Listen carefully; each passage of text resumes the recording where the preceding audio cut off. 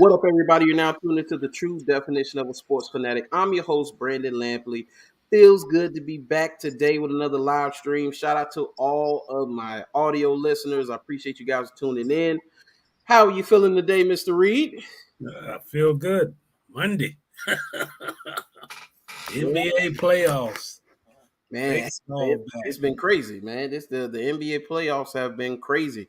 Hey, we watched Trae Young absolutely annihilate the Cavs in the basic second half and fourth quarter, and then the Heat pretty much put him on clamps and put him in jail on South Beach and gave him 8 points. So it's going to be very interesting playoffs. Yeah, say the least, especially in the Yeah. West. Oh yeah, especially in the West, especially in the West. But man, we're gonna start out the show talking about Archie Eversole.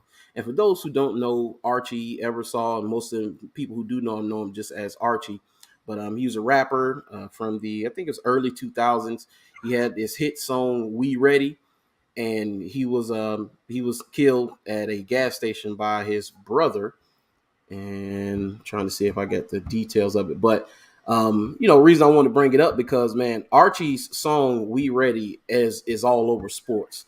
Like you mentioned, Mr. Reed, it's in movies whether they was doing the Super Bowl, national championship, bowl games, NFL games, you name it. You go to a stadium, anything like that. Shoot, the Madden video game, basketball video games, you name it. The song "We Ready" was in it.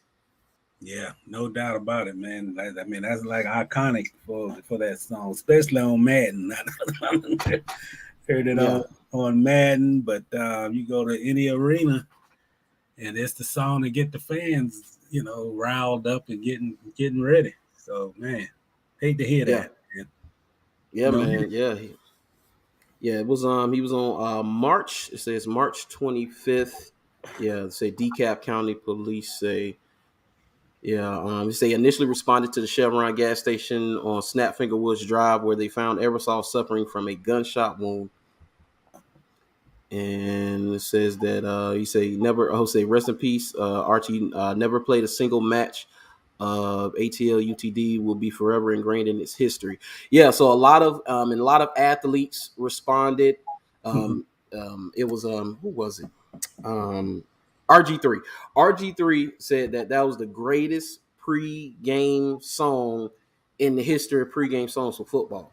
He said he always listened to it. It always got him hyped. So many outpours of affection. It changed the culture. Now, unfortunately, he released stuff after that, but it was never as big as "We Ready." I mean, that was the pinnacle. He had just released a couple projects, I think, in 2020, if I'm not mistaken. And so I know his streams and services and things like that are going to go up because after people pass, especially if they were prominent back in the day, people go figure out, well, who was this person? I want to see what his content was and what it was like, and their streams go up. So yeah, so stream some Archie because I'm sure that money goes to him, his estate, children, or whatever. But man, it's just sad to see. And he wasn't that old. I think he was like 37. It's just sad to see all this gun violence, man. It's been a whole weekend of a bunch of gun violence everywhere, Yeah, including man. Yeah, Jacksonville. yeah. This weekend, 6 shootings, I think, over the weekend here in Jacksonville, Florida. Yeah. Yeah. It's gotten pretty bad, man. But I just wanted to say, rest in peace to Archie, and it's just a crazy set of circumstances. You say, Jules, so good evening, cuz. How are you? Blessing to hear you tonight in South Carolina. Oh, appreciate it. Shout out to South Carolina. I appreciate you. I appreciate you. Hey, if you like and share, I appreciate that. It helps me out a ton. Hey, I'm trying to build it, trying to stick to it, man. But I appreciate y'all for watching and tuning in. Like every now and then, I'll get somebody who I didn't know was watching. They'll tell me they've been watching. That always amazes me. I Yeah. say, "Oh, you've been watching?" I was like, "Man, I didn't even know you were watching." Well, South Carolina that's the powerhouse for women's basketball, man, with that program there. Oh man, yeah. They're national champions.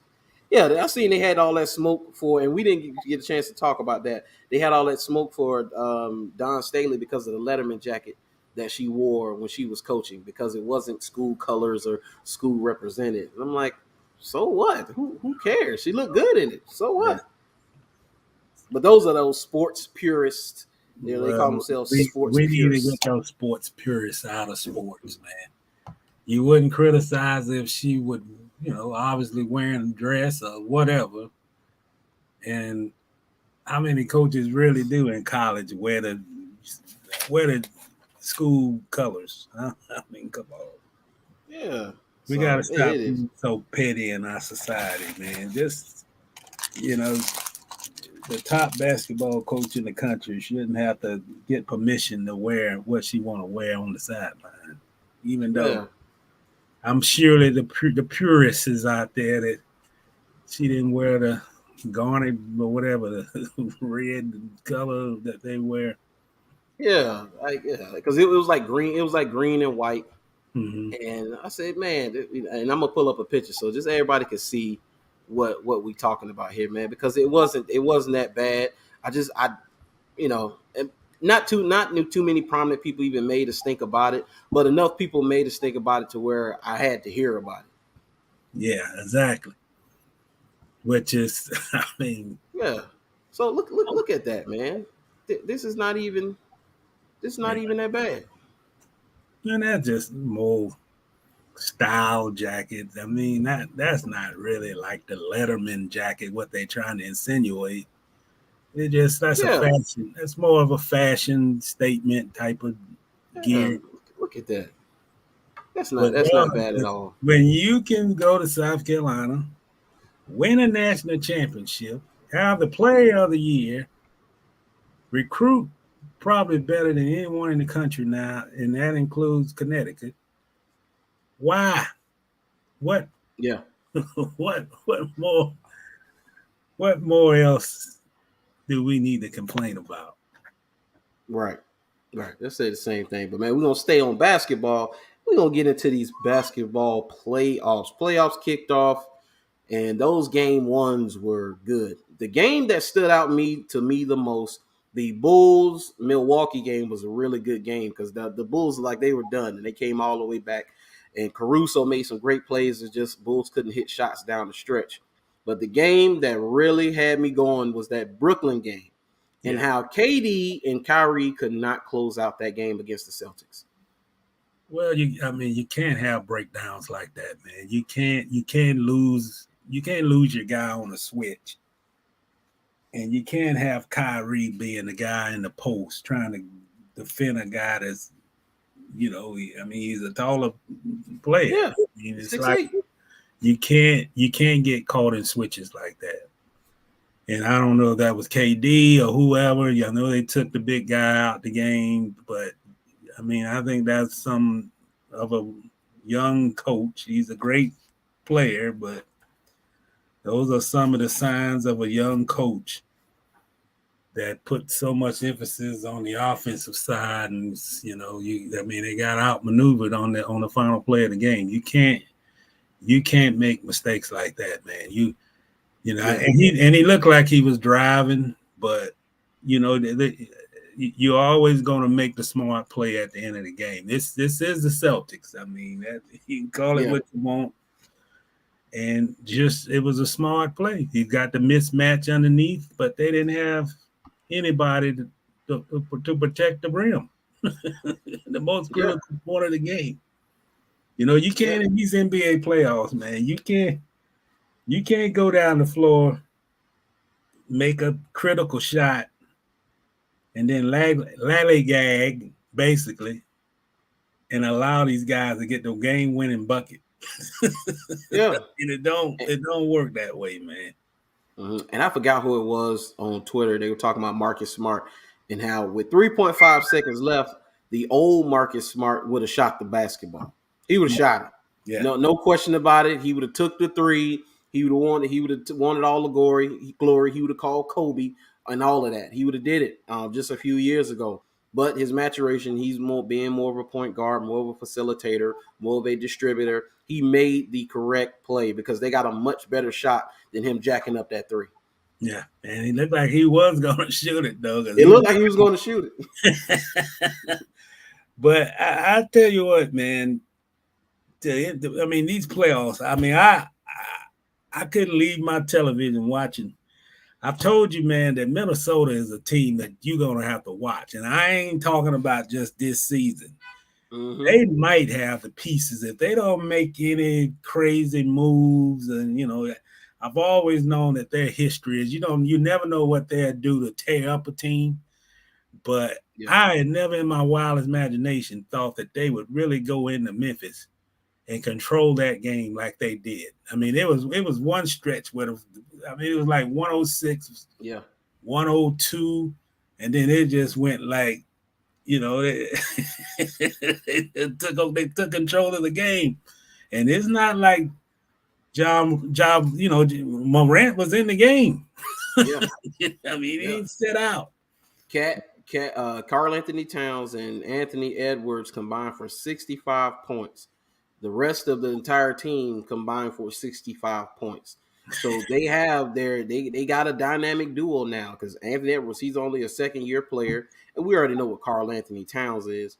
And shoot, another piece, and we're talking about contention, man. Not necessarily a title right off the bat, but we're at least talking about contention and them making a deep playoff run with another really good piece. Oh, no question at all. And another thing, Brandon, Edwards is what Zion should be. Size-wise, physical frame, that's what Zion need to work and be like as far as physically. I mean, you can be big and stocky, but not so big that you create injuries for yourself, man. And you can be swift enough. You can be physical big, but still swift enough to get off your own shot. And that kid, man, he can shoot from 35 feet. I mean, he has no point on that court that he can't score from. And that's the ways Williamson has to get his body in that type of shape, lose the weight, and be that type of player, man. I mean, Edwards is a beast. I mean, there's no question about it. He's a beast. Speaking of Zion Williamson, which is one of the topics I brought up today, Zion, former basketball player because he doesn't currently play it, he's seen on the sidelines now, basically with a medallion on. Everybody's been talking about the chain he has on, and it is a nice chain. It's a nice chain. It's like rose gold. It's iced out. Look like a miniature manhole cover. But the first thing I think about when I see stuff like that is like, where are you going to wear that? Like, where are you going to wear that? Because you can't wear it, like, if you're going to wear it out, you better have security or something. Yeah. Hey, I've seen many people get robbed for less. So it is what it is. But he's at a crossroads right now with the organization. And we know it's not a crossroads, just like it's not a crossroads, because you feel like he's never going to play for him again. I feel like he's probably never going to play for him again. But now they're at odds over his injury and whether he can play or not. So you already know what the Pelicans are. The Pelicans are like, hey, he can play. And Zion is like, no, I can't. Yeah, I mean, but this is the whole thing we've been talking about with this marriage is over. It's over. They can't agree on anything. And in a way, this is, and I agree with what Stephen A. said the other night. It don't make any sense for this kid to go double reverse dunk in a warm-up when you hadn't played the whole season. What's the point? What's the point? And what are you trying to say anyway? Yeah. And I think this is the situation now. I think he wants to play now, and the Pelicans are saying no. We want to, because I believe he's been approved by the doctor that he's cleared. I think the Pelicans are acting on the sign of cautiousness because who knows what's in their back pocket.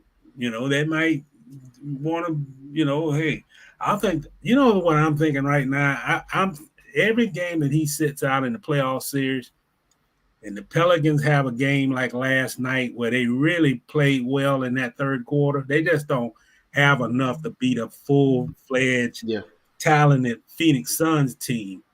Yeah. But Pelicans are saying, man, the Pelicans right now are looking at their future. And they're saying, like, we got a good core of players without Zion. And and they might be the one who say we might be better off getting more pieces to this core and trade him where he wants to go. And we need to get their problem is they got to get more 3-point shooters, and you're not going to get 3-point shooting from Zion, No. because if you don't get McCollum or you don't get Brandon Ingram, and if they're not having a 30-point game each, they're not going to win the game. So maybe who knows? They might be looking to say, maybe we do need to cut our losses. And I agree with you, Brandon. I know when you got millions in the bank or whatever, you can spend your money any way you want. Yeah. But I have a problem with a kid that's just, what example is he setting? Sitting there and behind the bench, not in the front of the bench, and behind the bench, and he basically got a tire rim. I call that a tire rim. He got rims. That's a rim, a tire rim necklace. Yeah. Like, I mean, I know you young and you want to. I think he's screaming for attention because he hadn't been in the limelight a long time. So when you get on national television and the camera's panning, they don't notice him anymore because he's not playing. So he's purposely bring out this tire rim.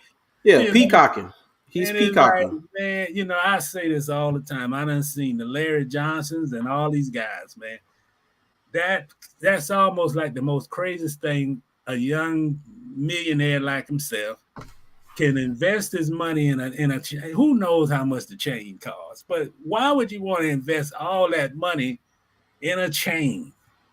Yeah. I mean, I see Major League Baseball players all the time. They wear their chains and all that, but they don't wear a Picasso. Yeah. They don't look like Mr. T around their neck, man. Yeah, they don't look like Mr. T. Yeah. And I'm like, come on, man, you can't go anywhere. And if he was, I've lived in New Orleans. I would never, I would not want to walk anywhere in New Orleans unless I got 5 security people with me. And I don't know if that's enough to walk around any part of that town with something that looked like that. Yeah. I said the same thing when I saw it. I said, hey, I think who initially put it out. I don't know if it was Kendrick Perkins or somebody else, but I retweeted it when I saw it. I said, "Yo, I think it might be Robert Littell from Black Sports Online," and he said, and shout out to Robert Littell. He said he was talking about. He tweeted about it. He said, "Man, that's nice." And I retweeted. I said, "Hey, he might need security." I said, because dude, as soon as I saw it, I said that caught my eye.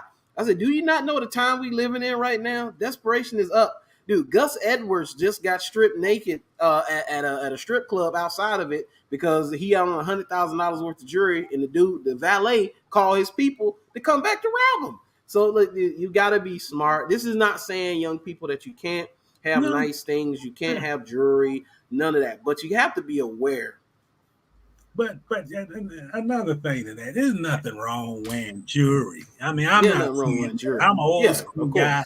I'm not saying that, but do you really need? I mean, let's be realistic. Do you really need a medallion? Medallion, yeah. That look like a 22-inch tie rim. I mean, really? Do you really need that? Yeah. I mean, we know you're rich, man. We ain't trying to throw shade on you that you're rich and you're young, but I mean, what example is that, man? Matter of fact, I'm gonna make sure I'm pull up an image so y'all can see what we're talking about. See this 22-inch tie rim. Yeah. He got some rims on tonight. I mean, last night. and see, this is just proof of what we're talking about currently. Where instead of talking about Zion Williamson's basketball prowess, what are we talking about right now? Yeah, talking about a damn chain. Hey man, don't know AFC. No player on the AFC team should be walking in the visitors gym with a medallion look that big. I'm gonna say it on record. You Yeah, know, yeah. I saw that. I said, especially man, a guy who hadn't played all year. right, right. Oh man, they know some Google images. They ain't got them on Google. Oh, come on now. Well, he Okay, they was got him in this. Okay, there we go. I see it now. I see it now. Here we go. he can't get a Finally got front row seat on the bench. He got to sit in the back row. it. Hey, maybe that makes sure there's no conflict there. But look at that chain. Look at that chain. Now that's a nice suit. I like the suit. I won't down the suit. That's a decent suit. But man, look at that chain. That is ridiculous. He That's got to put ridiculous. he got to put that on his SUV, man. That's a rim. That's not a Look chain. at that right there. That's yeah. Yeah, but it goes to show where Zion Williamson currently is right now. His value has gone down tremendously, Yeah. and until he gets back on the court and he plays basketball, that value is going to be low. And this not only hurts him, it hurts the Pelicans, but it hurts him as well because now his value's gone down. The Pelicans can't get what they most likely want for him, and also as far as him being moved, they're like, yo, you need to get on the court to show us some value so we can get more stuff. Because we're not going to, we've invested a lot into you and we're not just going to give it up. We want value.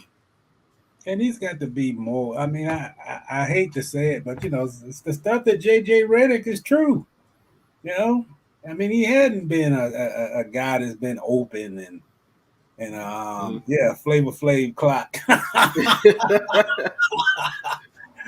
He hadn't been like a guy who embraces the team. He What up, just seems Hassan? like he's been a Yeah. teammate that don't want to be there. It just seems like his That's, actions speaks. Even you watch this kid on the bench, and you watch where they glance a little bit and then when the Pelicans made the third quarter run. I don't see no engagement. I mean, I don't see the guy. Like I mean, he might have cheered a few times, but it just seemed yeah. like this kid is going through the motions. He Yeah. want to be somewhere else. I don't know who's forcing the issue, but do you really need him on a trip? I mean, what is the point of him being on the trip? He done missed every game. Yeah. What's the point? I mean, you just going what he's suddenly he's gonna turn around and be a contributing player. I mean, this kid. Let me say this, man. This kid went and worked out for 3 months or 2.5 months in Portland, Oregon. He didn't even work out. He could have did his rehab work with the team. Yeah. And he chose to work out in Portland away from the team. And they were texting him, sending him messages, and Zion wouldn't return anything about giving updates on his rehab. I mean, what is that? And then Yeah. suddenly they in the limelight. They on national television. They being talked about on TNT. And Charles Barkley got things to say about him. And then look who shows up. That's basically what Mm-hmm. it looked like. And then when Yeah. he shows up, the only thing you see is the glitter. You see the chain. Or, well, let me get in this reverse dunk knowing that the camera was there so I can get somebody to talk about me being in a reverse dunk and I'm not playing, but I can still throw it up there and look good dunking. I mean, that just to me just a sign of a kid that's just screaming for help and sounds Mm-hmm. and that's a kid that just still got to get mature because it's not always, he's a great player, but you watch the Phoenix Suns, you watch Golden State. I mean, you don't see. You watch Chris Paul. Chris Paul don't scream for attention. He just let his play talk. Yeah. And that's where this kid got to learn, man. It's not about the chain. It's not about the reverse. Hey, who cares if you can dunk if you ain't doing it in the dunk contest and you're not doing it in a game? Hey, we can all go to the park. Yeah. Easily. But man, and he's a good talented, he's got talent and all that, but man, but I just look at that kid that Minnesota. He gets it. You Yeah. know, he Edwards could be 285 pounds. You know, if he at 285, 290 pounds, he's not going to be the same player. And that's when the maturity comes in. And he's got to, I mean, this is Zion. Zion got to invest more into being a good basketball player than being a disgruntled guy in a small market where basketball is second. He has nothing to do with that. He can't control that. Yeah. So he's got to concentrate on Zion being a good player. And they gotta I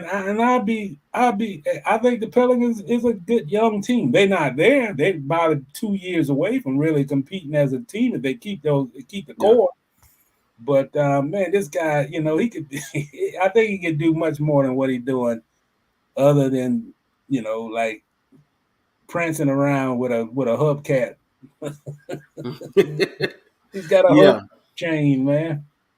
Yeah, he's got to learn, man, and I think he's got to mature as well, because even if you don't want to be in this situation, I mean, just look at what James Harden did, and guys like James Harden and those guys who basically try to force their way out of situations, and Yep. they leave on terms like this. Like, this is not a good look, Zion. No matter where you want to be, no matter where you want to go, no matter what the treatment is that you've gotten from the Pelicans, you are not being a professional currently right now. You're not, Yeah. because you've done unprofessional things and you've been called out for it. So Yep. it's just not me talking or hyperbole or what I think. No. It's he's been called out for it and his lack of professionalism. And he just has to mature. You know, like John Morant. John Morant just lost game one to Anthony Edwards and Karl-Anthony Towns and Minnesota Timberwolves. So John Morant posted on his IG story a video of Michael Jordan when he had lost game one. And it's that video where he got the baseball bat and cigar in his mouth. He's like, it's just one game. You know, it's just one game. Mm-hmm. He said, well, let's see what they do when it's 0-0 and see how much trash you could talk then. You know, that old video from The Last Dance that he put on his story. Mm-hmm. John Morant, that lets you know where his mentality at anyway. He's ready to go get it. Yeah. And that's what the mentality got to be for all these young stars, man. You got to put the game above yourself. You know, Yeah. You gotta if you're gonna you could be a marketing genius. You could be a guy that everybody talk about every day. Sports Center, NBA TV, whatever. But they're talking about those guys because they're producing on the floor. They're not talking about a guy who done missed the whole season. And Right. who want to be talked about other than the fact that he got a hubcap around his neck? He can't. He's not helping this team. He's not going to help them against Phoenix. I want to ask you a question. You watched that game last night? What, the Phoenix game? No, Yeah. I saw like the first half. I didn't get to see the second half. Did you see the play where the Pelican player ran into Aon? No. Yeah. Mm-mm. No, I didn't see that play. Yeah, they said it was intentional. I don't know, man. Hold on. I think I did. Yeah, I might have saw it on Twitter. And you know what? I think I saw that, and I said, I don't know if I said I thought it was unintentional or what, but I think I know what you're talking about. Well, he went on after the game, and he basically said, "Man, you know, that was intentional. He meant to do that." Yeah. Yeah. And then Monty got much respect for the coach, so he just kind of said, "I gotta watch the tape." Yeah, of course. That's the response. That's what you give. But who knows, man? I don't know. I think I know what you. I got to see it again, but I think I remember what you're talking about. They were talking about on Twitter, whether he did it on purpose or not. No, this isn't like the kid from here. I can't remember his name. Played for Providence, but yeah, him, the way he injured Caruso, that was done on purpose. Yeah. That was definitely done on purpose. Mr. Allen. Yeah. Oh, yeah. Grayson Allen. That's Grayson it. Allen. Grayson Allen. Yeah. Grayson Allen. So, but yeah. Bucks. Yeah. But let's see. We talked about the Hawks, Heat, Nets, Celtics, Bulls, Bucks, Pelicans, Suns. Talked about Zion. Right now, what's going on right now? Raptors 76ers are playing right now. 6:31 left in the second. It's 52-44. 76ers are up. But yeah, so yeah, Philly's going to win that series against the Raptors there. Yeah, the Raptors don't have enough. It's Pascal or bust. Yeah, they just I don't know. They just they just done ran up against a better team. I just That's like all. that just like the Hawks. The Hawks Yeah, got a lot yeah. of They can't handle Miami, man. It's too much. It's yeah. too much. Yeah. So and then what? Jazz, Mavericks, and Nuggets, Warriors. Speaking of Warriors, Jordan Poole's playoff debut, man. That was something to see. Think Yeah. what he dropped 30? Oh yeah. I'll tell you what, man. When is they getting their guard back for Denver? I think that's the problem. Boy, they must. Oh man, I don't know, man. Is he is he coming back? I want to know. That's a mystery to me. I haven't seen him bounce the basketball since the bubble. Remember it vividly. Him bouncing the basketball since the bubble, almost, man. Oh, this And 2 years though, right? I mean, yeah, this is 2 years that going on. And dude, when I had, because I hadn't seen much of him before the bubble, I had saw like little highlights, but I never got to watch him in the game because it's Denver. I wasn't watching the Denver Nuggets for. oh yeah. But now watching him after I saw him in the bubble, I said, "Yo, this dude's really, really good. This guy's really, really good." And he got hurt, and I haven't seen him since. So he must have tore like MCL, AC. He had to tear everything, man. Let's see, Yeah. Jamal. Let's see, but yeah, that's a good question, man. I've been wondering about that. Yeah, so Jamal Murray has to make decision to play. So Jamal Murray injury stats for game 2. So he's close to coming back. See, he recovering from the left knee injury that kept him out all season. Yeah, so they got him warming up. So he's likely a game time decision today because they play tonight at 10. So he a game time decision tonight. So it's his decision. I see the story is talking about it's his decision. Whether he wants to play or not. Yeah. Oh man, I don't know, man, but I hope he comes on back. Yeah, that's what it's saying. Like he's been cleared by the team, and the team is letting him choose whether he plays or not. Hopefully he gets to play tonight. So, one of the last things with basketball, before we move on, I should see if you got anything. So Frank Vogel, we talked about this a little bit. Frank Vogel said he knew what type of season the Lakers were going to have when he saw Anthony Davis and Russell Westbrook in the preseason playing together. He said he saw it right then and there. I guess the chemistry, how things are going to work out. He said it was very evident that it was not going to work from the beginning.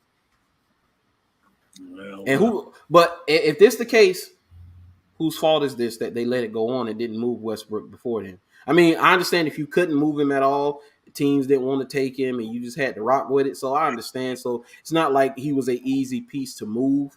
But man, I would have tried to do something. Well, the Lakers got to figure out the chain of command.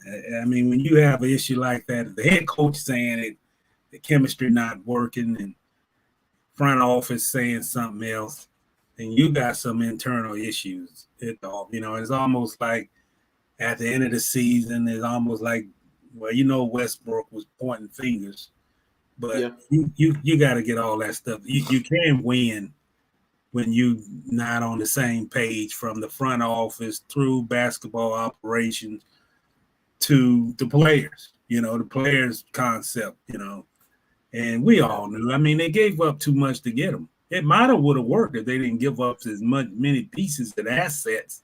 They gave up a lot to get them, and and it hurt them on the defensive end. But I really think Frank Vogel was nothing more than a bit player.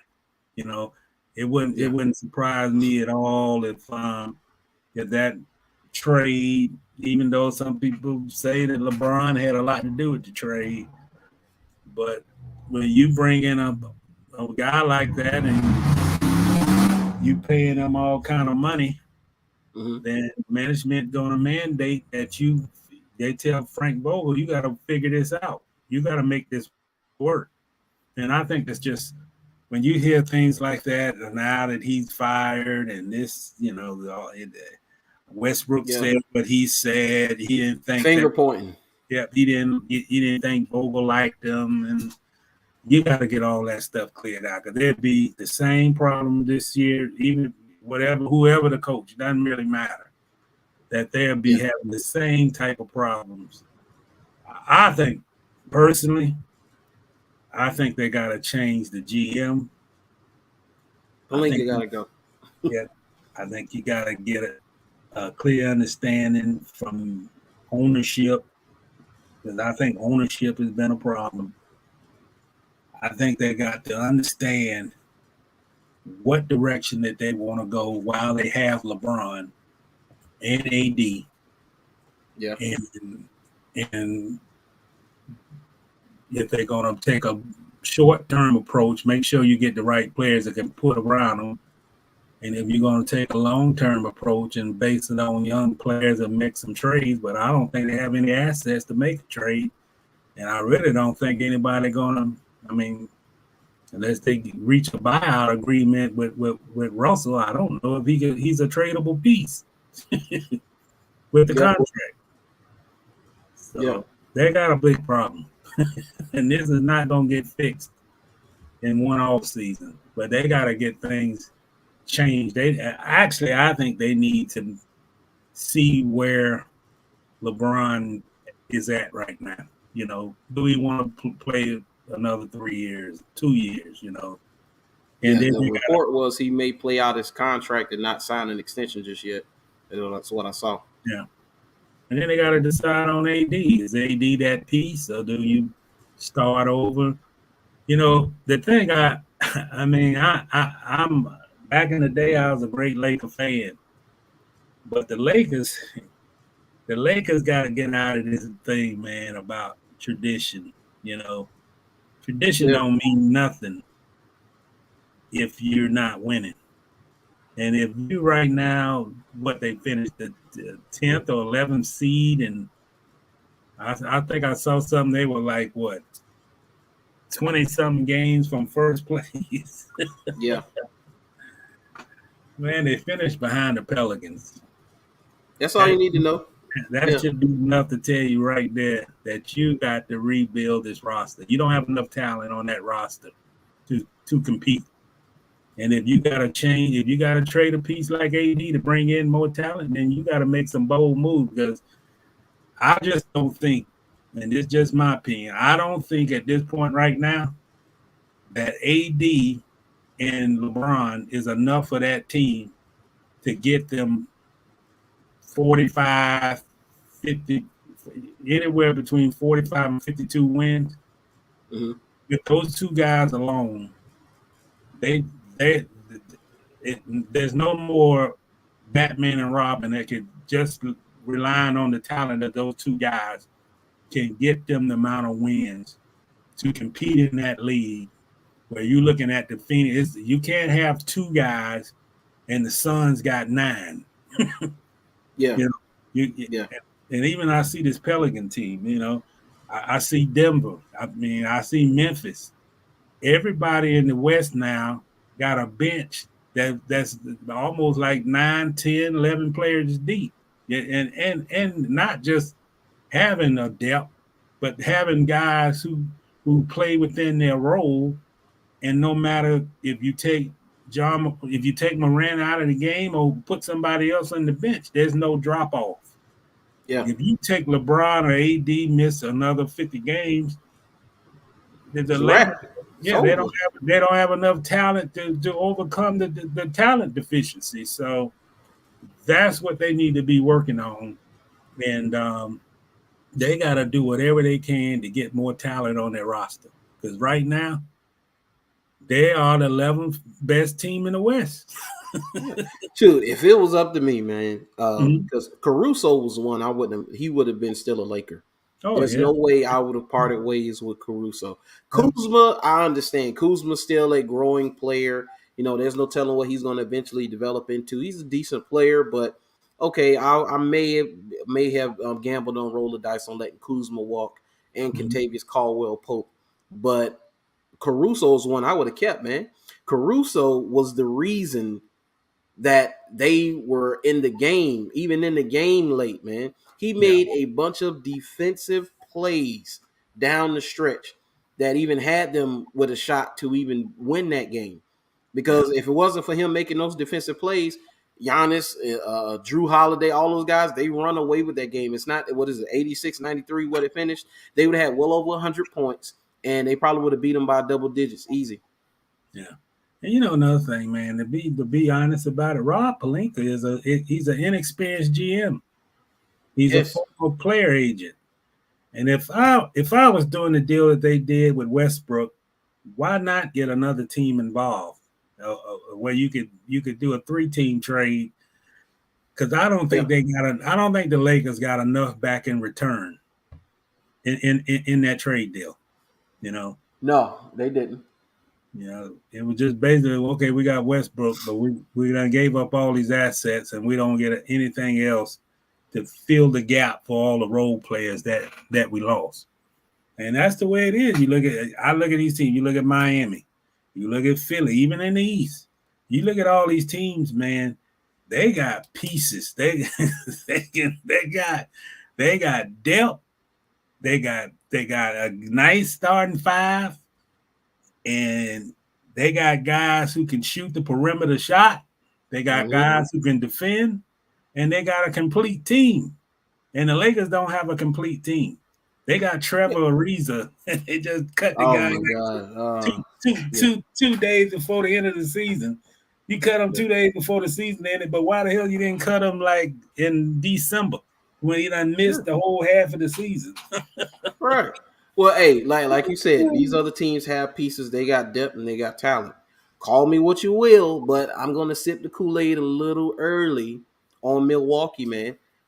Who's beating Milwaukee in the East? I don't see a clear-cut team that can beat them in the East. I see maybe 1 or 2 teams that maybe can take them 7, but clearly beat them. I don't see it. Well, hell, the only hope might be Boston. I mean, that might the be only one. I think because Brooklyn can't beat them. They don't defend, so they can't beat them. I don't think Brooklyn can beat Boston, to be honest. And you definitely, I mean, the Heat can play, but I don't know if the Heat. I don't think the Heat have enough scoring, man. Because even with Giannis, it's only you can't. The only one can stop Giannis is Giannis at this point. It's very obvious. No matter what they've tried to do, whether they want to get the ball out of his hands or they want to build a wall or whatever defense they've had for him, he's always had an answer, and he's going to continue to have an answer because he's such a physical force. His game is not predicated on him having a shot fall. If the shot not falling, he's going to take it to the rim. Yeah, I mean, it's just what it is, and he's a great defender.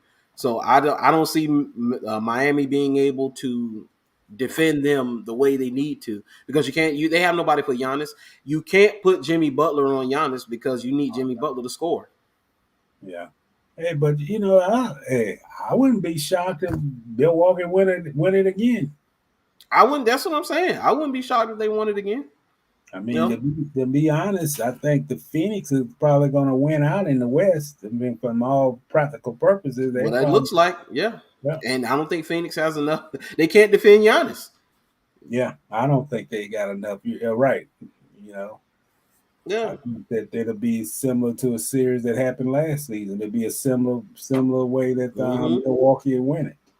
Yep, and Booker and Paul are going to have to deal with Drew Holiday, and he's going to irritate him. Yeah, and I don't know, but think about you look at Chris Paul. He had a great game last night, but I mean, Chris Paul will be 37 years old here soon, and you got a lot of more playoffs, man. They got a lot more. They get through this Pelican thing, but man, you gonna have some dog fights in that West to get out of the West. Mm-hmm. And some of those series gonna go 6 or 7 games before they get to the finals. I think they'll get to the finals, but you talk about a 37-year-old point guard, and he's basically right now in this series against the New Orleans. I mean, he's gonna limit some minutes for Chris because he knows once they get out of this first round series, you better conserve him now. Because you're not going to be able to conserve them later on in these next round of series. So, why play them 37 minutes? What's the diagnosis on Draymond? Shoot, I saw him in the suit coaching. I think he's the hamstring. I would assume. I mean that was his issue before, right? Yeah, I think and I think I know he had a back issue as well. Yeah, so if they can get him back, because I think I've heard about him being able to come back. So if they can get him back, you got Jordan Poole, even Klay Thompson is back and he looks decent. Yeah, he looks So pretty good. yeah, he announced he's close to his return. Yeah, he sidelined since January 6th with a back. Yeah, the back injury. So yeah, he's still dealing with the back, and they say he's close to returning. So shoot, you're gonna get the Warriors are going to get Draymond back. So it's going to be very, very tough in the West. Like you're right, this is not going to be a cakewalk for Phoenix by any stretch of the Oh, imagination. no. I think by the time if they make it to the finals, they're going to be a little beat up by the time they get there. The one question I have about Chris Paul is his durability in postseason. You never know. It's just like last year, you know. So, but You don't know. No, you don't know. these playoffs, So man, be a dog fight in that West, man. Oh, it is. It is. So, man, we're gonna put a pin in that right there. This basketball talk, and we're gonna talk about Mr. Cam. We're gonna get into a little football. We're gonna talk about Mr. Cam Newton. And Cam had some interesting comments to say that and it was funny because I was looking at the reactions and people who had an issue versus people who didn't, and it was really kind of split. It was real. I was very shocked about that. I thought more people were going to call him a misogynist and he hates women and all that stuff. But I saw a lot of women come to Cam Newton's defense. So show y'all a little bit of this right here. Hopefully I'm gonna get flagged because I think this is Barstool's stuff, but we're gonna play it anyway. I had a perfect example of what a man was in my life by my father. My parents has been together for 36, 37 years now, and it's a beautiful thing. I grew up in a 3-parent household, my mom, my father, and my grandmother. And I knew what a woman was, not a bad bitch. Okay, what's the difference? A woman.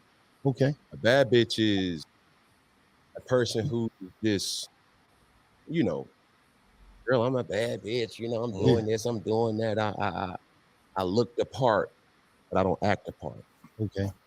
And it's a lot of women who are bad bitches. And I say bitches in a way, not to degrade a woman, but just to go off the aesthetic of what they deem as a boss chick.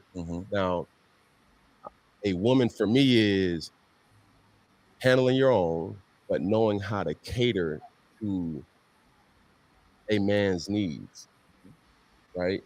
And I think a lot of times when you get that aesthetic of like, I'm a boss bitch, like I'm a this, I'm a that. No, baby, like, you can't cook. Okay. You don't know when to be quiet. You don't know how to allow a man to lead. So that's what Cam has to say. And no matter what I've seen when people report on this, they've always taken what he said and they've twisted it. And it doesn't matter the publication, how they ran it, how they talked about it, ESPN, Fox. It doesn't matter. They always twist it and they harp on certain words and say it in a certain way that will trigger you to make it seem like he just said like, oh yeah, these chicks they worthless and all of that. The key words in that, if people listen, Cam said, for me. Yeah. Cam was talking about his preferences. He didn't say all women need to be this or all women need to be that or they're worthless. No. He said, for me, because that's what I saw growing up. And this just shows the divide between men and women in this country. We pretty much drawn a line in the sand. Women say they're not going to do X, Y, Z. Men say, okay, well, then I'm not giving you any commitment if you don't want to do X, Y, and Z. And so we're kind of at a standstill. But I have no issue with Cam talking about his preferences. Women talk about their preferences on a regular basis. And if a man isn't tall enough, he don't make enough money, he don't have enough status, he don't cater to her, he don't do whatever she wants him to do. If he don't check the boxes, she's like, whatever. He's not a man. He's not a real man if he don't do X, Y, and Z. I hear that all. Yeah, I hear that all the time. I hear it all the time. He's not a real man. But what's your take on this? Well, my take is this. I think we got to understand. I could easily see where his comments get misconstrued, Mm-hmm. and some of the people who write the stories don't really know what he's trying to say. And there are some things that he described. He's describing them, but he's not describing them in a way that some of it is inappropriate the way he described it. What he's trying to say is that, yeah, they are what they call the boss ladies. I call them boss ladies. So the boss ladies of this new generation don't like that. I mean, we live in a different world. It's not 1950, not 1960, not 1970. Right. So he's speaking of his mother and his grandmother. His mother too, was probably one of the women that took care of the household, thought that the doing the things for the good of the household. And now you got ladies now that don't make that's not a priority. That when you say a boss lady feel that her rights is just the same as yours. And when a boss lady say, hey, if I'm a cook, then you gonna cook too. If I'm cooking Monday, you gonna cook Tuesday. If I'm cooking Wednesday, you gonna cook Friday. And I just think that he just didn't he didn't word it like that. He didn't word it right. But I knew what he meant. Right. And it's true. I mean, hey, we don't live. I mean, you have to understand the world evolves. The world don't stay at the same point. Teenagers now are not the same teenagers that was 10 years ago. And everybody have a preference. You have a right, I have a right, everybody have a right to find someone as a companion that fits what you want. You don't have to go tradition, or you don't have to go get a boss lady. And that's the part that I was going to bring up, Mr. Reid. You said it right there, is that the lesson for guys is that, and even with Cam. So Cam he's the quintessential man, that 1% man that a lot of these boss chicks, they want. They can say what they want about Cam and feel how they want, but they're in Cam's DMs talking about they'll cook his food for him right now. I guarantee it. They talk all this boss stuff online. Please believe. But to get a chance to get at Cam Newton, yeah, she'll do those things that Cam want to do, but she'll blast him online in public. That's the difference right there. Well, and what Cam has to understand is that if you want that type of woman, you got to stay away from the chicks that will not like that. So the woman that he described is not the woman for Cam. So he shouldn't deal with those women, because those are the type of women he deal with on a regular basis. But one thing though, Brandon, I don't think professional athletes should be the spokesman for even his conversation. Mm-hmm. Because in reality, just what you just said is true. Mm-hmm. But if it's just plain John and plain Brandon, we don't play under the same rules as Cam Newton. Right. You know what I'm saying? So I don't like when professional athletes be the spokesman when literally he could go any place in Atlanta and a woman would drop to her feet just to be with this guy. Because they know what, hey, the one thing that hadn't changed in this world is money.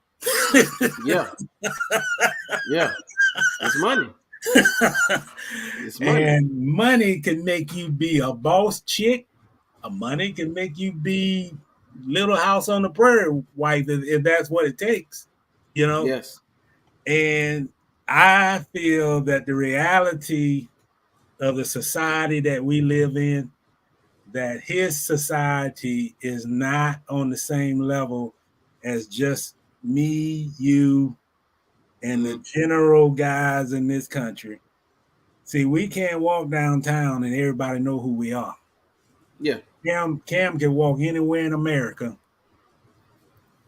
and don't have to say nothing.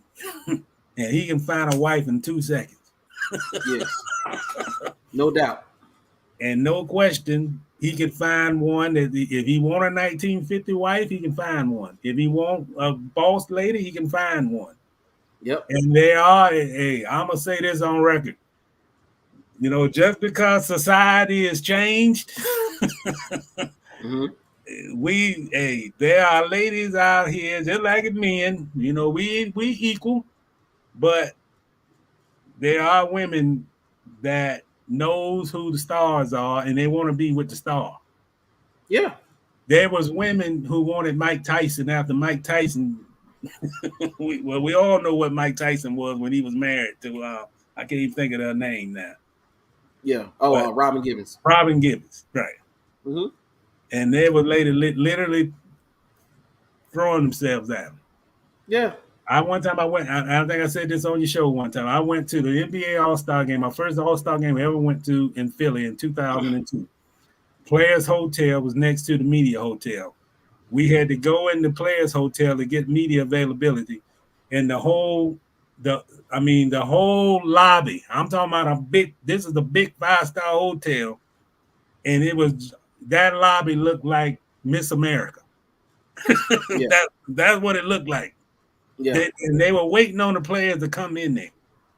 Yeah. They there, and they wasn't just there that day. They were there the whole weekend. Yes. Yeah. And like you said, money hasn't changed. So when we talk about, because they'll talk about guys like him and his perspective and stuff, and that's bad, or they talk about bad guys still get rewarded in this society. I mean, OJ, take for example, Orenthal James Simpson. Let's talk about him. He was recently videoed by some younger white women waking him up like 1:00 in the morning to party. Like they walked in the room, they woke him up. He was like, "Yeah, let's party." Dude, he's like 75 years old. And we know what happened with OJ. Do you think they care? No. They're there because he's OJ. Just like Cam.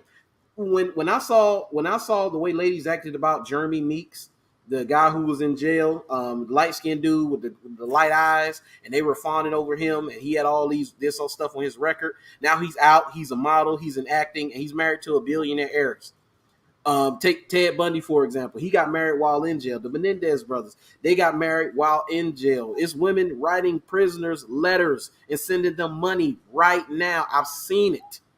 Yeah. So that whole bad guy thing, get it out your mind. They don't care about that stuff. They'll down Cam in public, but then behind the scenes, like you said, they'll see him in Atlanta. Oh my God, it's Cam Newton, and be ready to do whatever. And that's the society we live in. I mean, it's like, but when it comes just to the normal folks like me and you. Oh yeah, men know that. Men know if you're not a Cam Newton like guy, or if you don't have any looks, money, status, or anything on the higher end, for the most part, you're going to be mostly invisible. And that's not to all women, of course, but for the most part, you're going to be invisible. But those guys have a problem, though. You go to Hollywood. I listen to some of this stuff in Hollywood. I hear what the rumors are. There are some marriages where people be married for a long time in Hollywood. Yep. And the biggest problem they got, well, he don't think that she love him. Of course, he loves the car. She loved the car. She loved the house up there on the hill, but they don't. It's like that's all she loved. And as soon as the money dry up, they gone. That's the argument with Russell Wilson and Sierra, is that if he wasn't Russell, Super Bowl winning quarterback, maybe she wouldn't be there. Who knows? I tell you what, I saw their house. I saw their property that they lived in. I finally saw it. I saw the house that you told me. I saw that tree house with the grass. Oh, look, hey, Sierra smart. For sure. Hey, look, Lisa Reed say money talks, B. Like she say, money talks. That's all. Money talks. Because from a lady perspective. Yeah. That's from a lady's perspective. Like Cam, the woman that Cam described, and she say leave Sierra alone. Hey, I know she's the hope for a lot of women. It's all good. And they want to dabble with the Pookies and Ray Rays, then come out on the other side clean and all chest and wifed up. That's what they want. But you're not Sierra, baby. Most of y'all are never going to get that. Not to that level anyway. You always find you a Russell, a good man who want to take care of you, So, but Like she said, with money. Go ahead. But the real test. Let's go back to Russell. The real test of Russell and Sierra is gonna be when Russell don't play football no more. That's it. That's gonna be the real test of their marriage. Yeah. When the glory is not there. If you go back in history, just look at history. I'm a big believer in history. Go back in history and see the guys who not in the league, and see if they still married to who they were married before before they retired. Yeah. A lot of times they're not. Right. And like a guy like Cam can easily get what he described. He can get what he described. See, Cam is one of those guys who has had access to top women in this country his whole life, pretty much probably from about high school into high school, where it started to heat it up for him. You start to hear his name, getting a scholarship to Florida, winning the championship at Blinn Junior College, going to Auburn, winning the title, being the number 1 overall pick, going to the Super Bowl, being an MVP. Cam Newton has that type of access. And one of the things that I notice dudes do is, instead of you finding that woman that Cam described, you go find that boss babe that he described and try to turn her into what the other thing that he described. And that's bad business, man. You don't do that. Though it's always going to end badly. That's where you get the guys like, man, I wonder if she really likes me or she likes the lifestyle. It's the lifestyle, bro, most likely. Because you turned a woman into something that she's not. Try to anyway. Well, a lot of times some of the athletes, they go out. They go for the boss. They go for that. They do that. And Cam just told on himself by admitting that that's what he go after, because think about it. He's ran through him. He's been woman after. He was with his the mother of his child for a while, but now he's had access to him. He's been going through him, and he's starting to see the same thing. He's like, okay, all these boss babes that I got access to, but y'all can't cook. You don't know how to let a man lead. But let me tell you a secret, man. Let me go back to my NBA days. Mm-hmm. I knew in my NBA days that there were guys that was be happily married if you saw the kids and the families when they were at the home site, before they hit the road, put it that way. And then when they get on the road, now I notice faces. And I noticed, after the game, that ain't the wife. That ain't the wife, right? And I noticed that before the game, these guys, the NBA players get a free allotment of tickets, and then they get an extra lot of tickets that they want, that they can buy. There ain't a player sitting in that locker room before the game signing the envelopes. When you go in the NBA locker room, I ain't been in the league since 2017. But those guys will be sitting in that locker room with the envelopes. With the envelopes, and they're giving these tickets. And when you see who's waiting on them after the game, like if you go to you can see this stuff more in the playoffs than you can in the regular season.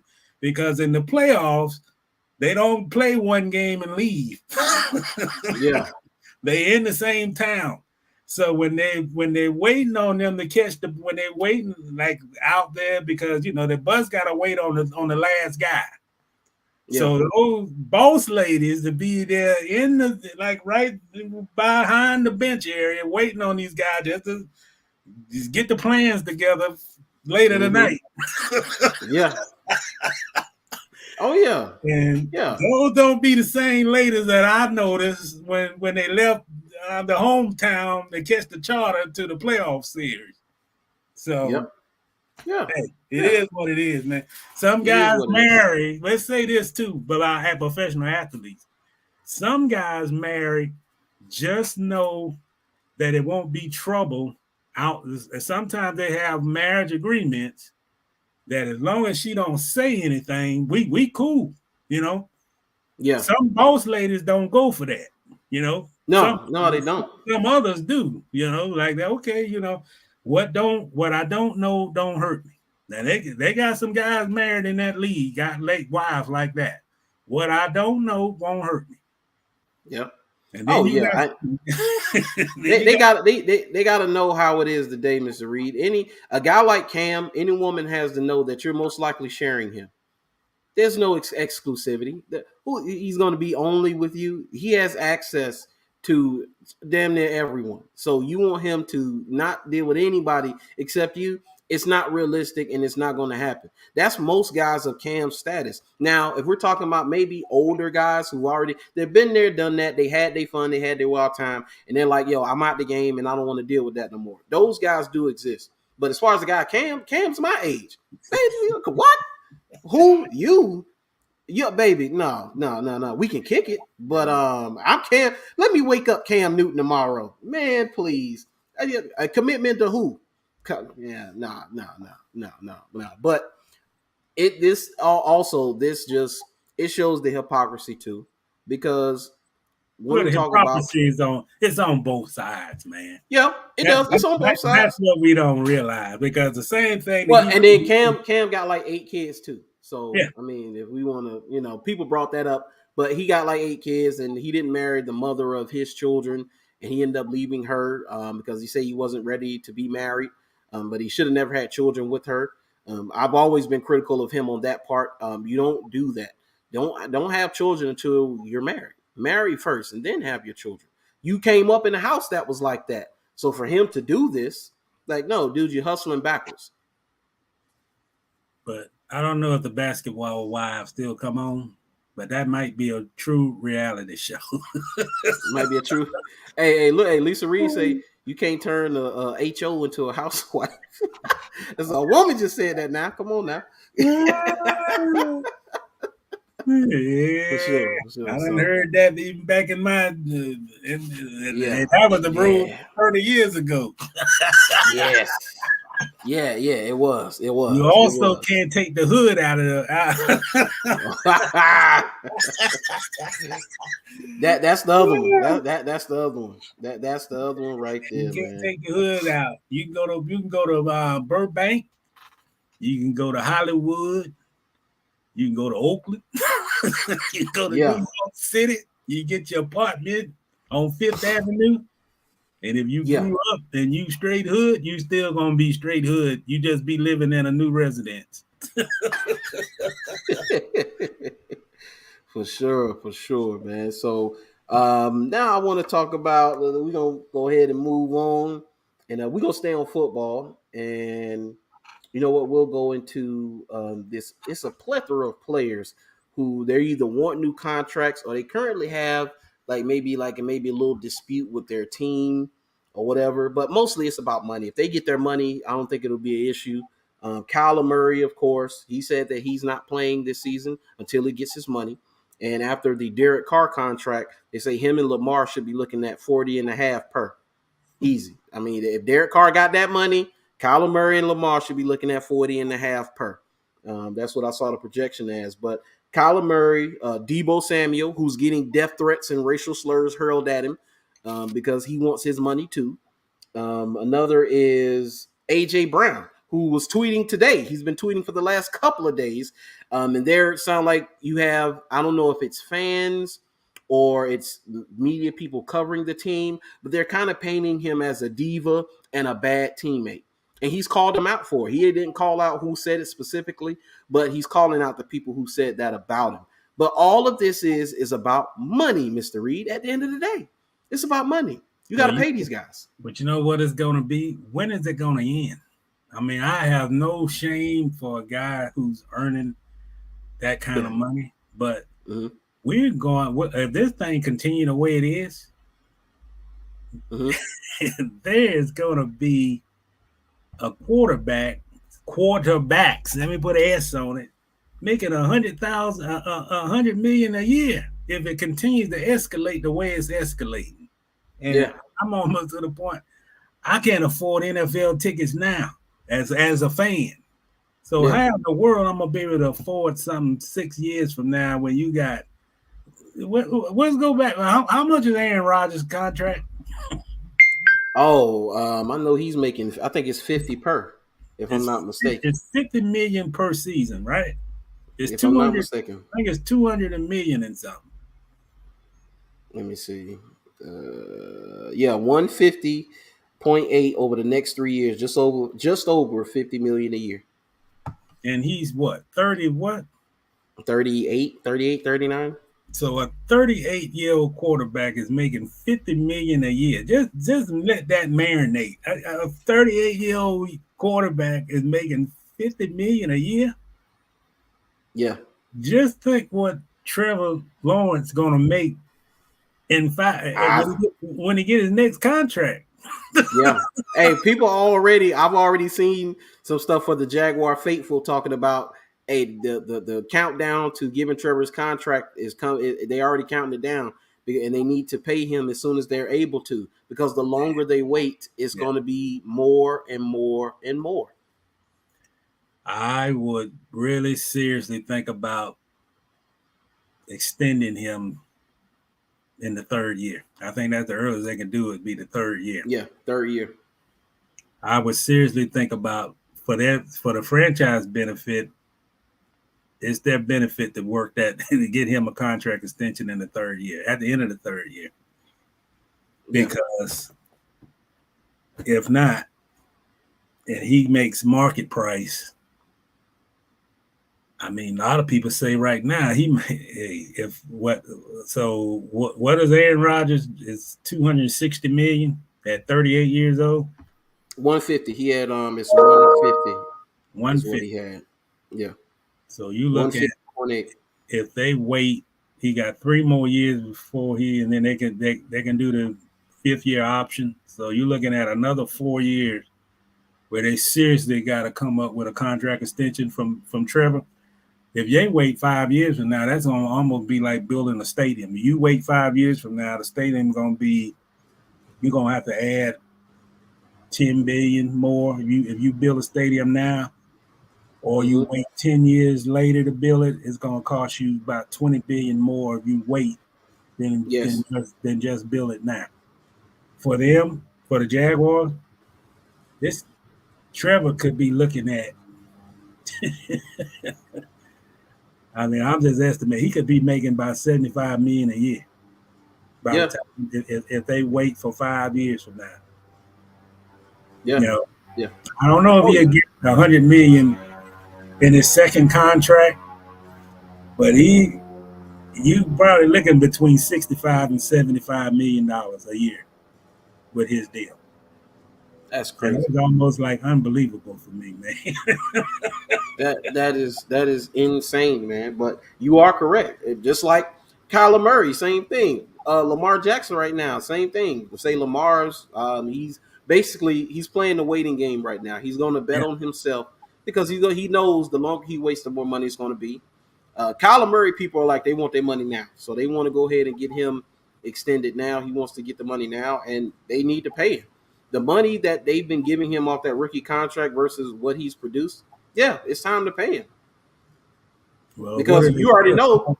But I don't know if they feel that strongly about him, though. I wouldn't be shocked. Huh? I agree with that, but that don't matter, because if he gets on the open market, he's going to get the biggest contract in the league. Like, he gets on the open market right now, he's probably highest paid player in the league if he gets on the open market and teams can bid on him. Well, the Cardinals, if they draft a quarterback, that might be sending a message. Yeah, and then it would say a lot if they do. But I would say if they do draft a quarterback, it does bring down what they can move Kyler for, because teams are going to look at it like, well, you just drafted a quarterback, so you're going to have to have him sit behind Kyler, or you're going to have to pay Kyler or move him. So since we know that's what you got to do, we're going to lowball you. It's the same with Cleveland. Cleveland can't get nothing for Baker right now, nothing significant, because they know they have to move him. But he hurt himself. He hurt himself. And then he came on. You seen him on the podcast talking about he wish he could go to people's jobs and boo them. See, that's the kind of stuff that's exactly why he's in his predicament, man. Immaturity. It says something about his character. He want to rat on everybody else, and he want to say that the Browns disrespected him and all that. Yes, he did. And the thing is, man, I mean, didn't he put out the thing? He's the one put out the stuff publicly. Yes, he did. He the He one did who this. didn't want to pass the ball to a teammate. And you lose your locker room. He lost the locker room in Cleveland. And we done discussed them before, but the one thing I'm finding out about these pro franchises that what they're doing now that they didn't do 3-4 years ago, they're getting payback. Yeah. Hey, you throw us under the rug, we're gonna throw you under the rug. They're gonna throw to me, Cleveland doing anything, they're not doing anything different than the 76ers did. I mean, hey, we're gonna tell you when we're gonna let you suffer. We're gonna when we find a trade partner, we'll let you know. Until then, you sweating bullets. We got our quarterback. So they giving him. So he's actually living in the stadium just like the commercial. I'm not a Baker Mayfield fan. He getting exactly what he deserves, man. I mean, that guy is not a leader. He's immature. And Cleveland did what they did. They said, okay, we're going to find us a better quarterback than you. You've been giving us pure D hell for the last 4 seasons. Every receiver we send, you do your own evaluation of them. And if you don't like them, you don't throw them the ball. Stuff like that, man. Yeah. So Yeah. Stuff like that, man. So we're going to leave that right there. We're going to go into because we got a few more topics. I had a bunch. So this is what I want to bring up with you. You know what? We'll do another before we go into that. So let's talk about Von Miller and Bowl real quick, and then we're gonna go into a little bit of Jaguars, and we'll finish up with the last little bit. So Von Miller recently, the mother of his child found out that she had been dealing with NBA player Bowl, the son of Manute Bowl, and supposedly had been dealing with her while she was with Von Miller's child. And I know Von had issue with that, said he was very disappointed. He didn't like it or whatever, but he didn't disparage her or anything like that. But she clapped back at him, Mr. Reid, which was hilarious because she said that he has a cocaine problem. She said she's going to tell the league about his cocaine problem. He needs to be tested before every game for his cocaine issue. So, I mean, this is just when you play stupid games, you win stupid prizes. From the beginning, people told Von that she was not a good fit for him. From the beginning, when they got together, because I used to follow her on IG. I've been a fan. I don't follow her no more, but I used to. So I understand what Von saw when he saw her. But even I saw her through her pictures, like this isn't a woman I want to build with or have a child with because her persona is social media, wanting to be out there, putting herself out there like that. So, we can have fun, but that's about it. But this is Von's fault. Why are you upset, Von Miller? This isn't Megan's fault. Here, Megan Denise. This ain't her fault. I can't blame her at all. She's exactly what she's always been. Von came in with his cape on and out of Denver trying to save her. And now he's paying the penalty. Because Bowl ain't have to do nothing that Von did to get her. Nothing. Oh, man. Because Bowl ain't got the money like that. Can I make a request? Dude, I don't even need to say anything. I just want to, they always say pictures is worth 1,000 words. Yes. So do you have pictures of Bowl? Oh man, you know what? I do. I am going to pull those up. I'm going to pull those up. Oh, so you got them? Yeah. I'm googling it. And I got one more question to ask you: that's his ex-wife or the current wife? They're not together anymore, and they were engaged. I don't think they never officially married. Okay. I tell you, man, this is my opinion. I would be feeling real bad if I was wrong. If I lost my woman to Vogel, I'd be upset. Yeah. The show won't have nothing to do with looks. No, it don't. It don't at all. It don't at all. Hey, he's tall and he's an NBA player, but that's Bo right there, man. Hey, and that's his girl. That's his ex-girlfriend who he had. She said he cheated on her like about 8 different times, and he cheated on her with Von Miller's girlfriend while they were together as well. Bo be in these streets because he's been linked to a bunch of different IG models. All right, good. You can put that picture up. Yeah. Now let's put up how much he make a year. Let's see how much does he make a year. Let's see how much. It's nowhere near Von Miller. He's a second-year NBA player, so it's nowhere near what Von Miller's making. So he signed a 2-year, $4.2 million contract with the Nuggets. So that's what he's. But it's guaranteed. It's guaranteed.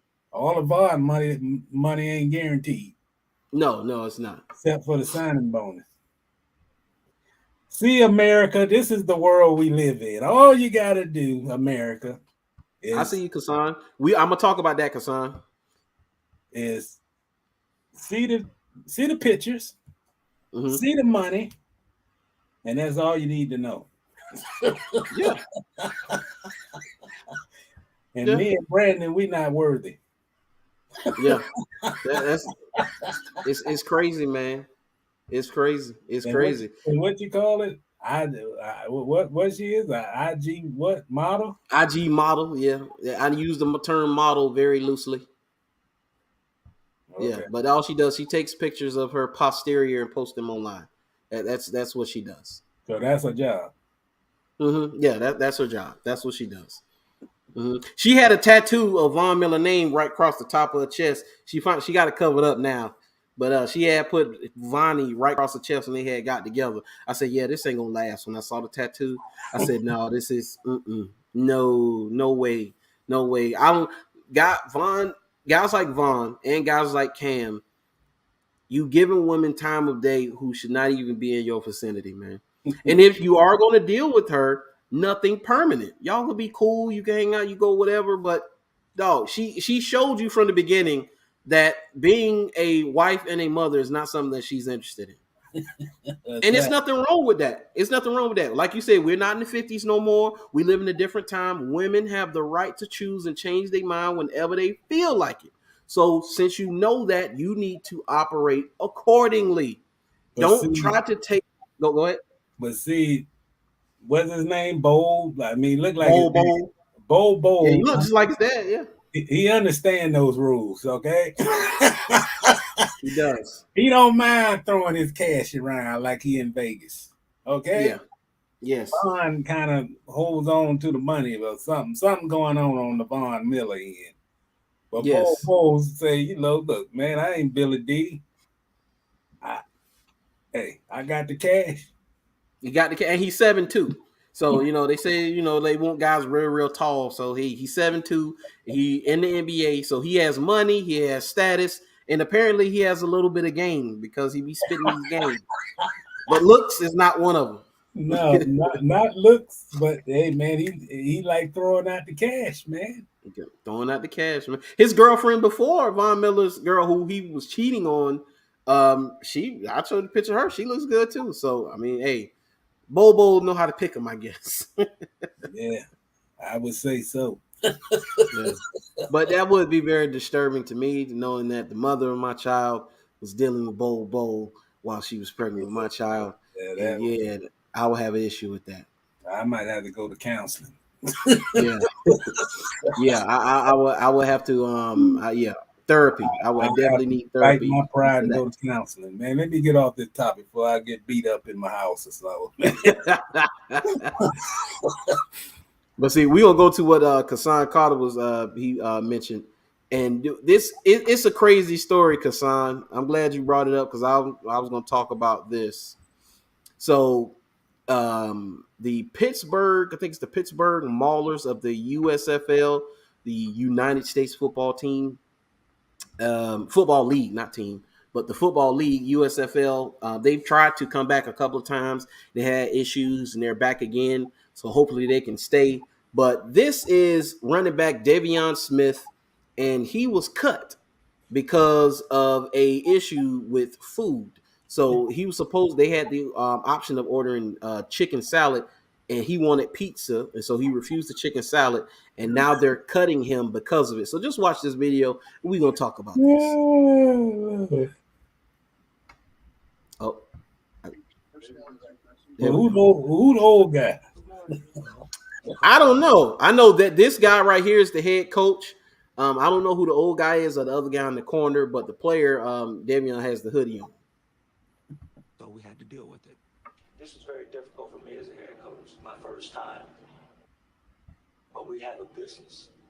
Okay, this is business, and you're a businessman. We all are, because that's the nature of the beast right now. But when I first talked to you guys on March 22nd, I had a handbook. I covered some items that were very important to me. Line 46 addresses that. Any disrespect of football or members, staff, USFL, hotel, etc., would not be tolerated. And it's been brought to my attention that has occurred with you. So unfortunately, hear me out. Unfortunately, cost of doing business, I'm gonna have to let you go. Okay? I didn't think I did anything or said anything disrespectful. I can tell you what happened exactly. It's not important. Right. It's not important. I don't know. It's already happened. Right. It's already happened. I didn't say anything disrespectful. He said, "Is that going to be a problem?" I said, "Yes." That's it. I walked away. I mean, I didn't think that was disrespectful. Me saying yes, I don't eat chicken salad. And I was like, "Is there another option?" Walked in with pizza. And I was like, "Can I get a slice of pizza?" He said, "No." I was like, he said, "Is that going to be a problem?" I said, "Yes." That's all I said. I didn't say no cuss word, nothing. That's all I said. I promise you, no disrespectful on my dad's life. I promise you I didn't say nothing disrespectful besides yes. And I appreciate you sharing that. But the matters, it's done. It's done. And I appreciate you sharing it. But good luck. Someone's feelings, hurt feelings, are a distant second to the greater good of the team. And we've moved on and turned that page, and I'm happy we did it. I can't mope about something. Just go home and work. I ain't no dumb dude, so I'll figure it out. Yo, I do not like any of that. I don't like it. I don't like that coach. I don't know who that guy is. If you are a owner of a football team or anything like that, I would not hire this guy to be a head coach. Probably not a coach at all, because even though this may be something that he was pushed to do, the way he did it, he was too excited about doing it. And the fact that he told him, well, the matter's past. It doesn't matter what you say now. It's already done. It's past. I don't want to hear your explanation about it. I don't understand. And so this leads me to believe not only are they need clicks and they need pub right now, but this guy was one of the best running backs in the XFL, and he was probably one of the better running backs in this league as well. So what this leads me to believe that they had an issue with him and they didn't like him or whatever it was. Probably not a football thing because they didn't cut him for football reasons. So whatever issue they had was not a football thing. This was a personal issue. Kind of sounds like James Robinson and Urban Meyer to me, if we being honest. That's what this sounds like to me. Man, I got to gather my thoughts on this, man. I don't want to watch the league, man. I'm boycotting that league. I wouldn't want any part of that league because you're basically being tried without a jury. You know, this is like, okay, I mean, come on, let's be real, man. Let's talk professional. I mean, you gonna cut a guy that you said disrespectful because he didn't want a chicken salad? I mean, when does that got to do anything with business? If nothing else, give him the option to buy his own pizza. He said the guy walked in with a pizza and he wanted a piece of pizza. If you got a football league, let's be real. If you got a football league in the United States of America that's cutting a guy because he didn't want to eat a damn chicken salad and he wanted a pizza, then the league need to fold. This ain't no league, man. What is this? I mean, what is that, high school? So right. hey, you brought Gatorade, but I wanted a Coke. So since you wanted a Coke, I gotta let you go. I mean, come on, man. And whoever got the camera, if that's part of the league gimmick, then this league is totally. They need to throw this league in a trash can, man. Because yes, the fact that this was filmed and put out makes it even worse. But it this makes does not look good. It makes the league look trashy. Yes, I mean, just think about it. You're gonna cut a football play. You're gonna cut. I don't even care about the football. It's almost like if I got a job and we taking orders for lunch, and I might have, I might eat chicken salad for dinner the night before. I don't want to eat it. So you're gonna fire me because I want another option that you only have but one. What franchise is gonna give you one food option? I mean, there is such thing as turkey salad. You can get just a Caesar salad without meat. But if it's that cheap, now I'm gonna just say it real. If you got a football league in this country that is cheap as they're gonna cut a man over a salad. Yeah. Oh yeah. You don't need to be a league, and you sure won't get my viewership because that's trashy, man. I mean, so I got the statement from the team that I'm about to read and him refuting it because now he's going off on them because of this. So let me get Kassan Carter comments real quick. He said, I was watching the pre-show Saturday when it came out. I had to rewind a few times to understand it. I didn't understand it either, Kassan. I was like, this can't be real. This can't be what I think it is. This got to be something else. He said, this league is not going to last. They can't fill the stands. Other than that Saturday game, you find more people at Pop Warner games. I'm watching the night game, camera guy doing his best not to show the stands. Oh, yeah. And they're all playing in one central location, and supposedly the plan is to play at their own locations next year. But let's listen to this statement right here. So the Pittsburgh Maulers had this statement on Davion Smith. He said, Pittsburgh's Maulers statement on Davion Smith being cut from the team on United by Football. On the first episode of United by Football, the weekly USFL all-access docuseries on Fox, Davion Smith was shown on camera being cut from our team by Coach Kirby Wilson. The show captures hundreds of hours of films with the intent of providing transparency to fans, but unfortunately, much of the context was left out in this moment. So they're defending putting the clip out. Smith had violated 3 team rules in a 24-hour span, and in this particular incident, disrespected a cafeteria worker, which wasn't captured on camera. Smith has subsequently reached out directly to Coach Wilson to apologize and asked to be reinstated. And I don't know why they put this out or thought it was a good idea. And so he said they really just put out a lie. Y'all really should be ashamed of yourselves. He said, now y'all playing with my character and who I am as a man. Show me the team rules I broke, please. He said, now, if I send these screenshots of our exact convo, who's the one lying? So he got receipts already.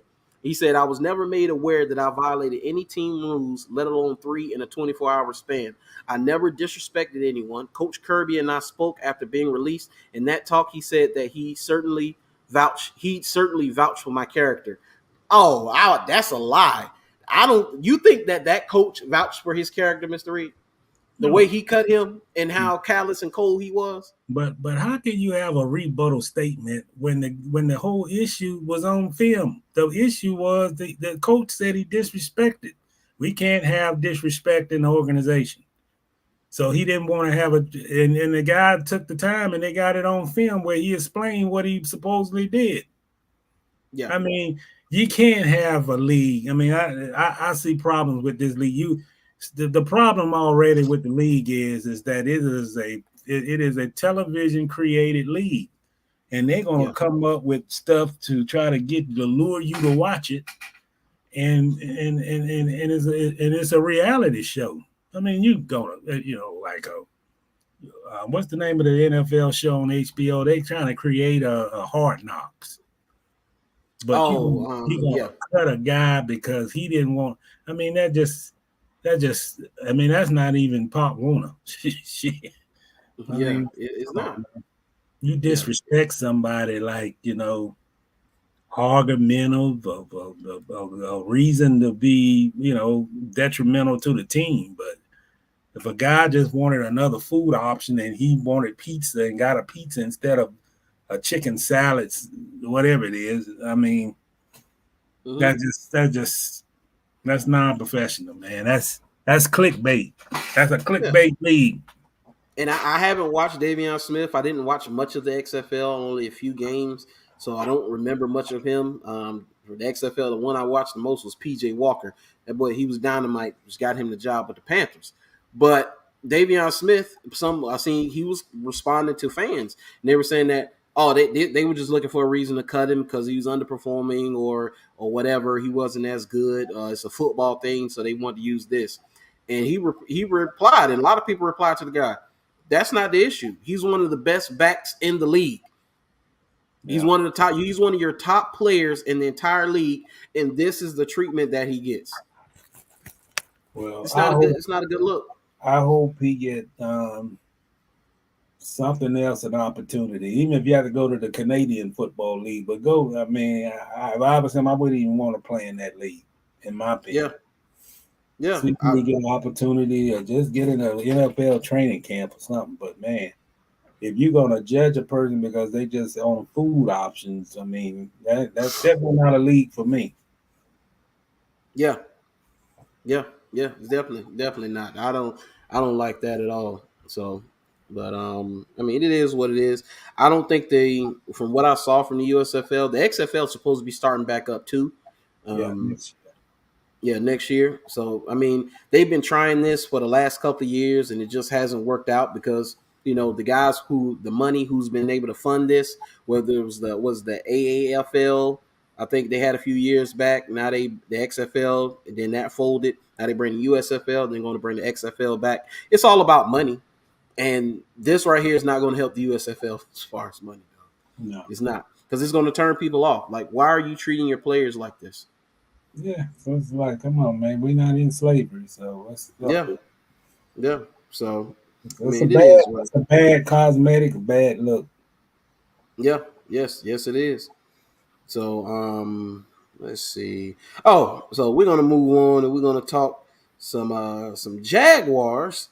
And man, I want to bring up, we've kind of went over Urban Meyer and we've said all we can about Urban Meyer, but Travis Etienne and Trevor Lawrence left the last couple of gems to put a cap on the Urban Meyer era, where Etienne, he was in the press conference and they asked him about the season. He said, well, if there was a year to miss, last year was a good year to miss.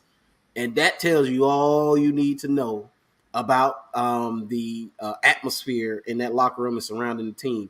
And then I'm trying to look at what Trevor said to get him exact word for word.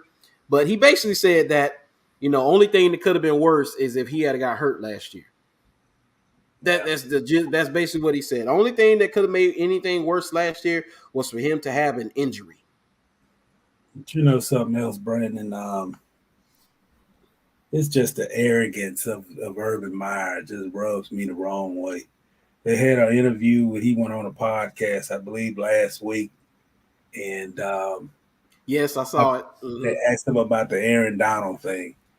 But, the arrogance, what rubs me with him is he's just so arrogant that he's not smart enough just to stay low, get out the limelight, don't go on podcasts, let it ride for at least a year, 8 months.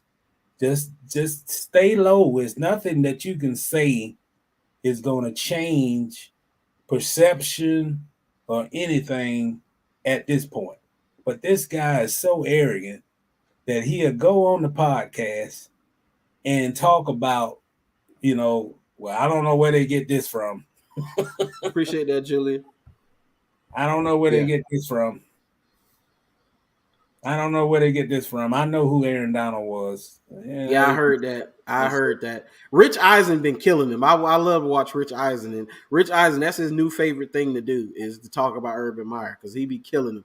And he said he liked Urban. He said Urban's a cool guy. He's been on this show. He said, but for him to sit up and say that, he said, okay, Okay, we're going to give you that, Urban. Let's give you that you knew who Aaron Donald was. What about the other crap? Yeah. But he ain't say anything about did he kick the kicker? Yeah, and they made fun of that. He ain't say anything about the embarrassment he caused the organization by not coming back flying with the team after a hard gut wrenching Thursday night national television loss and got lap dances going on in his thing. He ain't say nothing about that. No. I mean, it's just the guy's just arrogant, man. We went through that whole season. The guy came in, 3 national championships, respected as a college coach, and just everything that could go wrong went wrong. And then to come back in this March and April, and this knucklehead is still going on podcasts. He can't defend himself. You can't defend this. You got to just lay low. The only thing that's going to heal this is time.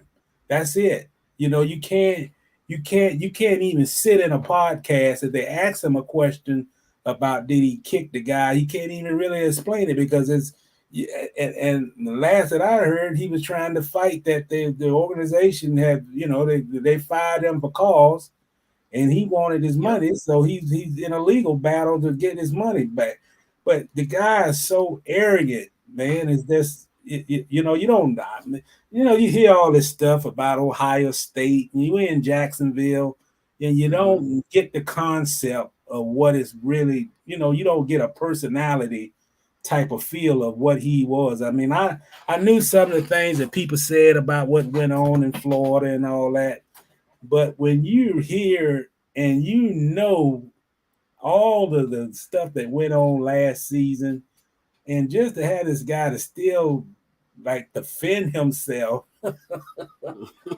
just for his own ego, because it's not going to change. He can't get a college job anywhere, and you're definitely not going to get one in the NFL.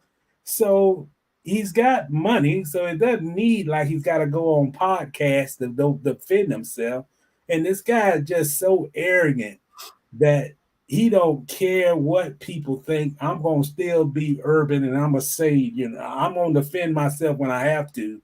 But when it comes to the real things that he needs to defend himself, he can't. And he's a liar. And that's, I mean, come on, man. And prove the Urban Liar is his nickname. It's been a nickname for a long time. It goes back to his time in Florida. It's proven he's a liar. Yeah. The worst thing I hate about the guy is that he threw this assistant coach under the bus.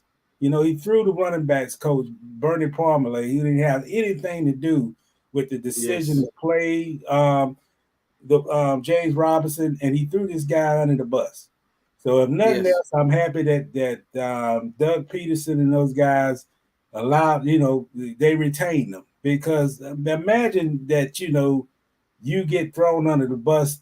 You don't even know what the hell the media or anybody is talking about, and you got to hear this stuff through the media that the head coach done threw you under the bus.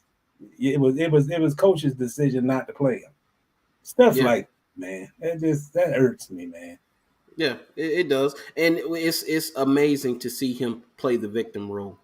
Yeah, it's amazing. Role. But he don't have to. You don't have to play the victim role. Everybody knows that you were the disaster as a coach. You can't change what happened. But I understand everybody got to make an income. I understand that. But, he's not hurting for money. He did get paid last year. He may not have got all his contract, but he got what he's owed for this past season. And just to be lay low. It's like you don't have to be in front of a camera. You don't have to explain anything. Everybody in the world know you that this was a disaster. You was the dysfunction, not the franchise. And this guy is arrogant enough that he's going to go on a podcast to explain that he knew who the Aaron Donald was, but they went 3-4, 2-11. He won 2 games. Yes. I mean, come on, man. Let it go. You just got to move out of the limelight, man. You can never explain that. If you want to get back on Fox, maybe it'll be in the 23 or 24 season, but nobody want to hear your recollections and your football expertise when you was an embarrassment in the NFL. I mean, come on, man. Yeah. Oh man, I have all the confidence in the world. And this is not to say I was this otherworldly coach when I coached high school football, but I'm very, very, very, very confident that I could have coached the Jaguars to 3 wins last year. Yeah. I'm confident in that. I'm very confident in that because I would have been able to fall into 3 wins. Might not have been the same 3 wins, but we would have got 3 wins out of that because you just wouldn't have had the sheer dysfunction around those guys. I mean, and I hate that Trevor had to go through. I was thinking about this the other night. I said, I hate that Trevor had to go through this. I said, now the Urban Meyer era needed to always happen though. And I'm glad it happened because this is not just for laughs because we've been a joke. It needed to happen because at the top has been incompetence. And this is basically woke. I'm sure it woke him up. It woke up Shad Khan. You got to make better decisions. So Urban Meyer needed to always happen. I just wish it would have happened like 2 years ago instead of last year, you know. And Trevor could have came in with a clean slate with Doug Peterson, you know, because now you got the people out there who, ever since he was mocked, we got the #1 pick. They pretty much diminished Trevor. Trevor's been diminished since the day it was clear that he was going to the Jaguars, and now that he's a Jaguar. You know, they act like I seen fans talking about it, and they act like, they act like he's Baker Mayfield. And I'm like, dude, come on, man. Come on, dude. You got to give Trevor some time. I think he's going to be miles ahead of where he was last year, just off of these the more weapons, a better understanding of the system. Even though he is going into a new system, he'll have a better understanding. He's been able to work on his mechanics, and he understands the level he has to play at game in and game out. He said it himself. He said that's the biggest difference between college and pro is that there are no Valdosta States on the schedule. It's Alabama every week, and you have to play like that. Mm-hmm. Well, I'm going to stick with what I said. I just think the guy's arrogant. Get out of the limelight. Be with your family. Prepare your family. Be with your daughters. And just stay out of the limelight, man. Just, he got so many other things he could be doing just to get his own self straightened out. And just, there's no defending this, man. That was a disaster. That was dysfunctional disaster. The quarterback had to say it was a disaster. And just there's no saving grace this, man. There's no podcast is going to change public opinion. The only thing he might want to hire is a PR firm if he want to come back and be on Fox Sports or whatever the hell it is.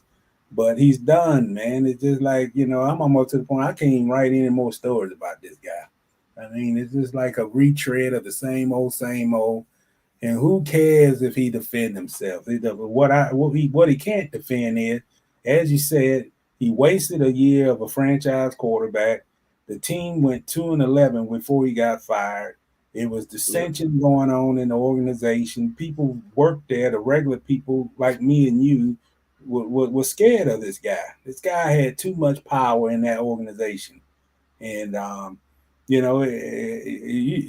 think some people didn't know what the repercussions would be. If he didn't like you, you may not have a job on Wednesday. So it's just, Shad made a mistake, publicly, behind the scenes, whatever, who's going to admit it, who cares? He made a mistake, gave this guy too much power, and there's no way in the world this guy should be on any podcast defending his record when he was horrible. He was horrible, and I say it on record. He was a horrible coach in Jacksonville. You're never going to take away his 3 national championships, the success he had at Florida, all that will never go away. But in Jacksonville, he was a disaster, and he was dysfunctional, and he hurt the organization, and he hurt the quarterback. Yes. You just need to move on, man. I mean, there's no defending your record. You was horrible.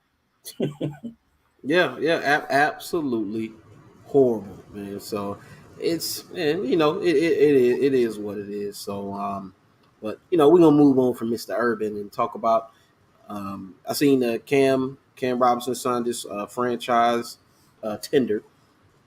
franchise tag, and now so moving forward, we're gonna see if what bearing it's going to have on the draft and who they're going to pick. And I've seen so much as far as this number one pick now. It's hard to tell where they're going to lean because now, he thinks Trayvon Walker, Balky thinks Trayvon Walker reminds him of Alden Smith, or Aiden Hudson is the best, or Evan Neal is this, Iquanu is best. It is. I've been hearing so many. So I think they did that on purpose just to kind of give them, like, they don't know where they're going to go with it because you really don't know. But I'm like this. I don't want no project at one. Give me a guy who's going to come in and immediately pay off, please. But I say this, man. I almost put Trent Baalke in the same light as Urban Meyer, but I'll be a little gentler because I got to work with him. It's nobody is putting this stuff out in the media but Trent on Walker. Yeah. And to me, I don't understand what's the whole point. I mean, if you like him, that's fine. But you got the number one overall pick. You don't need to sell Trayvon. I mean, you don't need to sell that he's a good player. And if you're trying to bait another team into trying to, I don't know, move up, trade, whatever. I think that Walker will probably be selected with probably among the top 4 picks. If I ever personally had a choice in this matter, I might feel it might be the best thing for the Jaguars is to trade the pick. Trade it. Yeah, just trade the pick.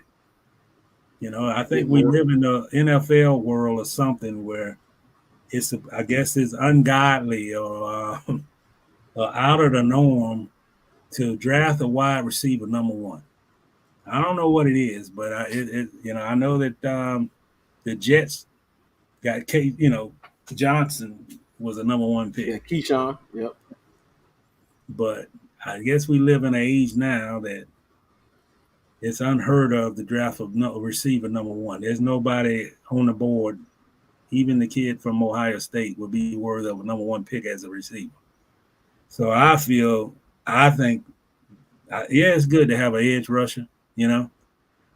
I'm not a big fan of Aiden Hutchinson. I think he's a good player. I think he's a safe pick. But for this Jaguar team, man, when you're talking number one pick, I don't think you're supposed to lower the scale because why should the scale be lower if he's not a quarterback? If last season Trevor Lawrence was, generational talent. So why are you not looking at someone, whether he's a defense or an edge rusher, wide receiver, who cares? If he's not a generational talent, then I got the number one pick. I don't know if I want him. I think you got to pick I think when you look at the number one pick, you got to look at, for the Jaguar purposes, is you got to look at the biggest thing, the criteria should be how good is he going to be 7 years from now? How good is he going to be 5 years from now? Yeah. And is he perceived to be the best at his position right now in the draft class? There is no debate. There's debate about Hutchinson. Yes. He's not like the perennial number one edge rusher on the board. Now, he's graded by ESPN guys, but who cares about ESPN guys? Come on. Yeah, NFL guys. He's keep getting compared to Bosa and Watt, man. I don't understand that. They keep comparing his numbers to Nick Bosa. I'm like, dog, he's not Nick Bosa. He definitely ain't Joey Bosa. No. I don't see that. He had a problem. You can't judge everything on one game, but I judge Georgia offensive line was pretty good. And that's what you're going to see in the NFL at practice. That's what you're going to see in the games. It's a similar big physical guys on the offensive line who can move their feet. And they can stay in front of you. And he had a problem. He couldn't beat the guy. He couldn't beat the left tackle. He couldn't get inside.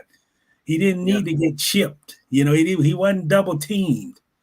And not to say, obviously, 14 sacks and 62 pressures and all that kind of stuff he had at Michigan. You can't throw that out the window that it doesn't matter. But I look at the number one pick is this guy going to be a parental all-pro? I don't see that. I don't see him being a parental all-pro.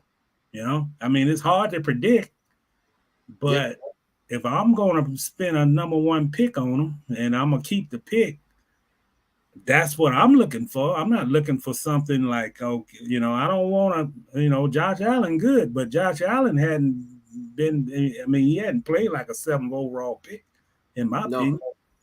No, he did for a stretch of games. That's about it. That's about it. He hasn't done it in totality. If there was a Jamar Chase type guy in this draft, I would make the argument that he should go number one. Now, we don't know what Olave or any of Burton or any of those guys are going to be. Burks, I think just Treylon Burks, Pickens, any of those guys. We don't know what they're going to be. We just know that we got a lot of wide receivers that are very good. But you don't have a Jamar Chase, and if it was a Jamar Chase in this draft, you can make an argument because he went 5th last year. You can make an argument he should go number one this year if Jamar Chase was in this draft. I just hope we don't go a whole year. I look back on some of these defensive guys they drafted in the first round. You go back to Chason, you go back to Taven Browns. I just hope you don't go back to a situation where the only thing that your fan base is doing is waiting for a breakout and you're never seeing the breakout. Yeah. It's easy. Football is not a difficult sport, man. It's easy to evaluate in a way. You can use all these metrics and you can have all the scoutings and the measurables and all that. But bottom line is, when a guy is good. There's no, I don't care about how long his arms are and all that. Because if you're good, if you got to overcome that lack of whatever you have and you still dominating is what makes a good player. Measurables is just something that the scouts have on paper. When you know that you got a dominant player, that's all it says. It says that he's winning on if he goes out 9 times, he's winning 8 of the 9 battles. Makes him dominant. I don't see that. I haven't watched all of Michigan games. Last season I wasn't fortunate to watch all of Michigan games. I did watch the national championship, and I'm sure he watched it too. And when you got that many eyes on you in a national semifinal game and you can't stand out, there's a problem. I had a buddy of mine talking about it, and I was like, dude, he didn't stand out in that game like at all, and that's an issue. And he was like, so they game plan for him. I said, dude, he had a double-digit sack guy on the other side of him, so that he's the only defender that they really game plan for, and they want to double and triple. They ain't even double and triple teaming like that. Looked like he was singled up for a good little bit of what I saw. I didn't see him get triple teamed. What I seen, looked like he got chipped a few times, but he was isolated on that left tackle the whole game. And what's the point? Hey, he's gonna get schemed when in the big boy league. They're gonna chip him, and they just based on his reputation as a number one overall pick, he's gonna see things he ain't never seen at Michigan. And and if you the number one pick, then you got to rise. You got to be a playmaker no matter what. And I don't see it, Yeah. Sure. I don't want it. And that argument falls flat with me because I remember when Khalil Mack was at Buffalo and they played against Ohio State. And there's nobody on that team to plan for except for Khalil Mack. And Khalil Mack had a career game against Ohio State. They couldn't block him. That's all you need right there. When you have people like that, where no matter what they scheming, and he's still getting pressure on the quarterback, no matter what, that's a special player. That's what Aaron that, Donald, same yeah. thing when he was at Pittsburgh. Oh, Ndamukong Suh. Dude, Yeah. everybody knew Ndamukong Suh was a beast. Yeah. Texas couldn't block that man to save their life. Yeah. Well, especially Yeah. like Aaron Donald, man. You know, like, hey, he get double teamed all the time. Does it make a difference? No. No. I don't see that in this kid. Now, if they see something different, then Yes. Where you been at, Ness? Yeah. I don't see the difference. You're right. I don't. So Aiden Hutchinson, Trayvon Walker. Okay, I think that if you don't trade it, you're going to take somebody. Just go ahead and take Evan Neal, man. I don't think you'll regret taking Evan Neal at all. Yeah, me either. I mean, you got a guy that's going to be a starter for 8 to 10 years. You know, you got a guy that can protect your quarterback. And then you can go, you get some, I mean, if you want to trade down, get picks, that's fine too. That's fine too. Pick. But I just think, man, for this franchise, every top pick has to be a safe pick. Because let's go back. Basically, you just blew a 9th overall pick in 20. What was that, 20? When you drafted Henderson, you just blew the 9th. Yeah, you just blew it. You just blew it. I know Dan Arnold is good, but come on, you had a 9th overall pick that you just basically threw it in the trash can. Yep. And then you got Chason, who hadn't done. If you really want to talk about it, you absolutely didn't get anything in that Jalen Ramsey trade. That's a benefit to you right now. Okay. Yeah. Oh, Ness was at the bowling league. He said he bowled first game 213, second game 114, third game 181. Oh man, you was on Yeah. it. Yeah, he was killing it. We wasted. Oh my God, we wasted so many picks. I mean, you can make an argument that Jalen Ramsey in the last 7 to 10 years, Jalen Ramsey was your best first round pick by far, and it's not close. Oh yeah, it's not close, and he's the only. That's it. That's the only one you could beat your chest about. You can't beat your chest about guys like Jalen because it was a no-brainer to take him. You didn't take a risk on Jalen. Jalen actually fell to you because he was projected to go 3 to San Diego.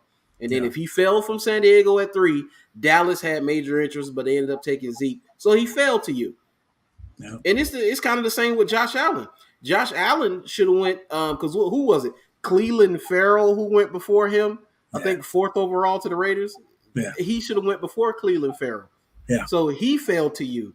So the two best guys in the last 10 years fell to you. Everybody else, man, it's off. Horrible decision making. Well, I say like Chase on. I mean, what is 20 something? What is 20? Ness said he think Chase is going to have a breakout year this year. I don't know about that one, Ness. Well, we ain't gonna break out at. You got a better chance of doing a break dance than a breakout. I don't think Chase is going to have a breakout year. You know what I say about Chase? He's the new Taven Bryan. Yeah.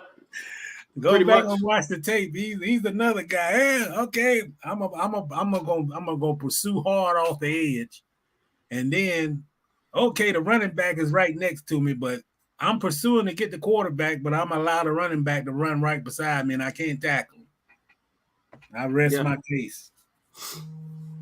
Yeah, I'm not. I'm not. I'm not betting anything on Chase on. I'm sorry. I'm not going to do it. I can't do it. Yeah, I can't do it. I can't do it. I mean, I done seen too much of that, man. I hope. Yeah. I hope for the Jaguars' sake he have a turnaround season, but I hope. I hope Ness. I hope that he's able to break out and give us some pass rush and play good, and he kind of sees that his football life is on the line, and he want to make some real money in the league, and hopefully he turns it up. Like those guys, when they get to the close to those contract years, they turn into different players. Then they get their money and go right back to what they was. I mean, we seen plenty of guys do that. Shoot, look at Albert Hainsworth, man. He was that was awful. That was awful. He had a breakout, I think like 2 breakout years. He played so well that the Titans couldn't even franchise tag him anymore. He played so well on the franchise tag 2 straight years that for the 3rd year, if they had a franchise tagged him, he would have made quarterback money. So they couldn't do it. That's how well he played. And then he signed a $100 million contract with Washington and disappeared. Yeah. Disappeared. Never heard of him again. Man, last time I heard about him, he was talking about how his white wife used to beat him up. That's the last thing I've heard about him. Yeah, oh my God. Yeah, I remember that name. Yeah. Yeah. So but Chason, I don't know about that one, man. But I done left the bandwagon, man. I don't see it. If you can't do it for me in 2-3 years in the league, yeah. If you can't be instinctive, that's just like a trait, man. Either you got it or you don't. And he ain't got it. True. No, he does not have it. He does not have it. So we're going to leave it right there. What did they say? He said outside linebacker. Oh, yeah. So let's talk about Mr. Brady. And been following this because I heard whispers about it around the time he retired, and this gained steam. And from what I've heard and rumors, it's supposedly true. So it says Tom Brady planned to fake retire so he could run the Dolphins with Sean Payton, but Brian Flores messed it up. So it says Tom Brady retired from football and then returned to football after 40 days, and people thought it was just one of those retirements and comebacks, but there is more to Tom retiring and then coming back. As the Boston Globe headlines reads, a secret plan, a bombshell lawsuit, and a soccer match inside Tom Brady's unretirement. A lot played out before and after Brady's retirement, and the Boston Globe has got it covered in this report. So let's see. He said, here's how it all went down. See, Brady decided to walk away from the Bucs for 2 reasons. One, per Richard Orenberger, was his relationship with Arians, which we've talked about that and how sour that relationship was. Orenberger is former teammates and close friends with a member of the Tampa Bay coaching staff, A.Q. Shipley. The retirement announcement wasn't because of the trouble seeing eye to eye on the offensive game plan, but the relationship was souring. Orenberger wrote on Twitter, offensive coordinator Byron Leftwich and Brady would work on the week's game plan. Arians would later come in and take a red pen to the work they've done. The QB and OC felt undermined and there was tension. Now, I did hear that report. And it says this doesn't mean Brady was done playing football. After all, he just finished second in MVP voting, led NFL in passing yards and touchdown passes. Payton, the former Saints coach who resigned January 25th, also was going to be involved, as first reported by Florio February 28th. Brady and Payton have had a relationship over 20 years in the NFL, and they share an agent in Don Yee. Brady was close to joining the Saints in 2020. That's key. Before Drew Brees decided to return. So he could have been a New Orleans Saint. And I think he would have won a Super Bowl with them too, because that Saints defense is really good. You had a good group of wide receivers and one of the best running backs in the league. On the morning of February 1st, Brady announced his retirement, except that he never actually used that word. He said he was not going to make the competitive commitment anymore. His choice of words was deliberate. I never paid attention to that. With his plans with the Dolphins blown up, Brady was left with 2 choices: stay retired without knowing what he was going to do with his own life, or return to football. Actually, there is still one last piece of unresolved business. Brady's contract, he's on the books for $10.4 million plus $4.5 in incentives. The Buccaneers surely will give him a raise, but if there are no extra years tacked on, then Brady to Miami or San Francisco rooms will heat up again in 2023. If he gets extra years, then we can safely assume the Glazer family doesn't want him to play in another uniform.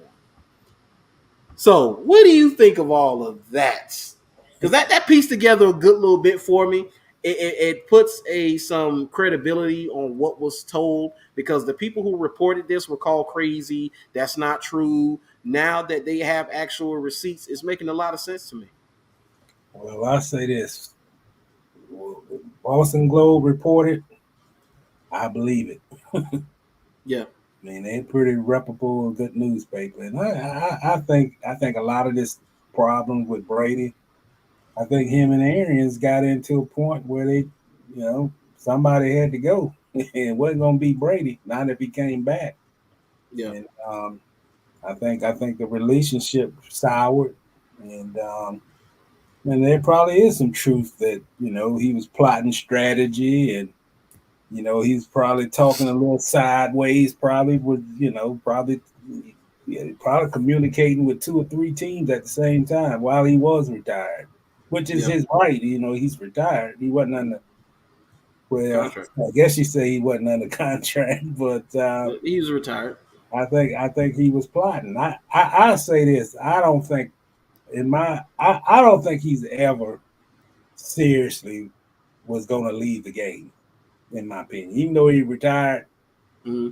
I think that he was looking for a spot that would be an ideal fit, had pieces in place. I mean, the most important thing about Brady is having a team with pieces in place that he feel that he can take to the Super Bowl based on those pieces already on the team. And Yeah, I think probably what he first thought was that Bruce Arians wasn't going to leave the head coaching spot. I didn't think he probably looked at that situation and say, well, I don't think this guy leaving. I got some, they got a lot of guys that got to get re-signed, and it just seemed like, not a good fit. And yeah, then all the pieces came together, and I'm surely the Tampa probably asked him. He said, "Well, what do we need to get you?" And he might yeah, have made the suggestion that we love to have Bruce still in the organization because we got to pay him. But what would your thoughts be if he went in the front office? yeah, And then you probably ask them, like, out of all the assistant coaches, who would you like to have as the head coach? And I think out of Brady's choice, I think he has a great relationship with the offensive coordinator. So Oh yeah, Byron. yeah. Yeah, yeah, yeah. And so like them giving it to Todd Bowles. Like Mm-hmm. I wondered why they did Todd Bowles, but Todd does have previous head coaching experience, so I think that's why Todd got the nod. And, I'm not hating on the fact that Todd got the nod. Um, I think that would have been a good spot for Byron as well. I'm I wish Byron would have came here, of course, but Doug Peterson isn't bad at all. I'm fine with Doug Peterson. But the mastermind behind this plan, which they almost, I mean, this was pretty much almost going to look like a foolproof thing. And the way they're going to work it, I don't know how they were going to work out him getting from under contract with the Buccaneers. But the thing that ended this was Flores. Because remember, Brady is supposedly the prominent quarterback that was on the yacht where Mm-hmm. Steve Ross wanted him to meet. And basically, it was going to be something where he was tampering. He refused to meet with him on the yacht, and he left before he could meet with him. And that quarterback was supposedly Brady. So this makes sense. But once the lawsuit hit, then that put the kibosh on everything, and they couldn't do it. Yeah. And he didn't want to probably be in a bad light. But you know Yeah, what, though, Brandon, I'm kind of surprised that they made that choice for their head coach down there in Tampa. I thought Leftwich would be yeah, I thought so too. the guy who was, at that point, I say deserving of the Jaguars head. I mean, I think he was their first choice, and they just couldn't work out a situation, and they waited 33 days and they re-interviewed Peterson. But I was just, from a Tampa Bay perspective, I was just thinking like, well, man, this guy was so close to getting a head coaching job, and it was almost like a formality. And Yep. of all the franchises, Tampa Bay would know more than anybody that he's ready to become a head coach. Yeah. Todd Bowles is fine, but Todd Bowles had some tough, difficult seasons in New York. Yes, he did. He started Yeah. out well, and then he couldn't get it. He couldn't get that ship on course again. So Yeah, and he didn't have his Sam Darnold. Yeah, did you see the recent comments from him where he said he knows that he's a good quarterback and he's proven it? Yeah, I seen that.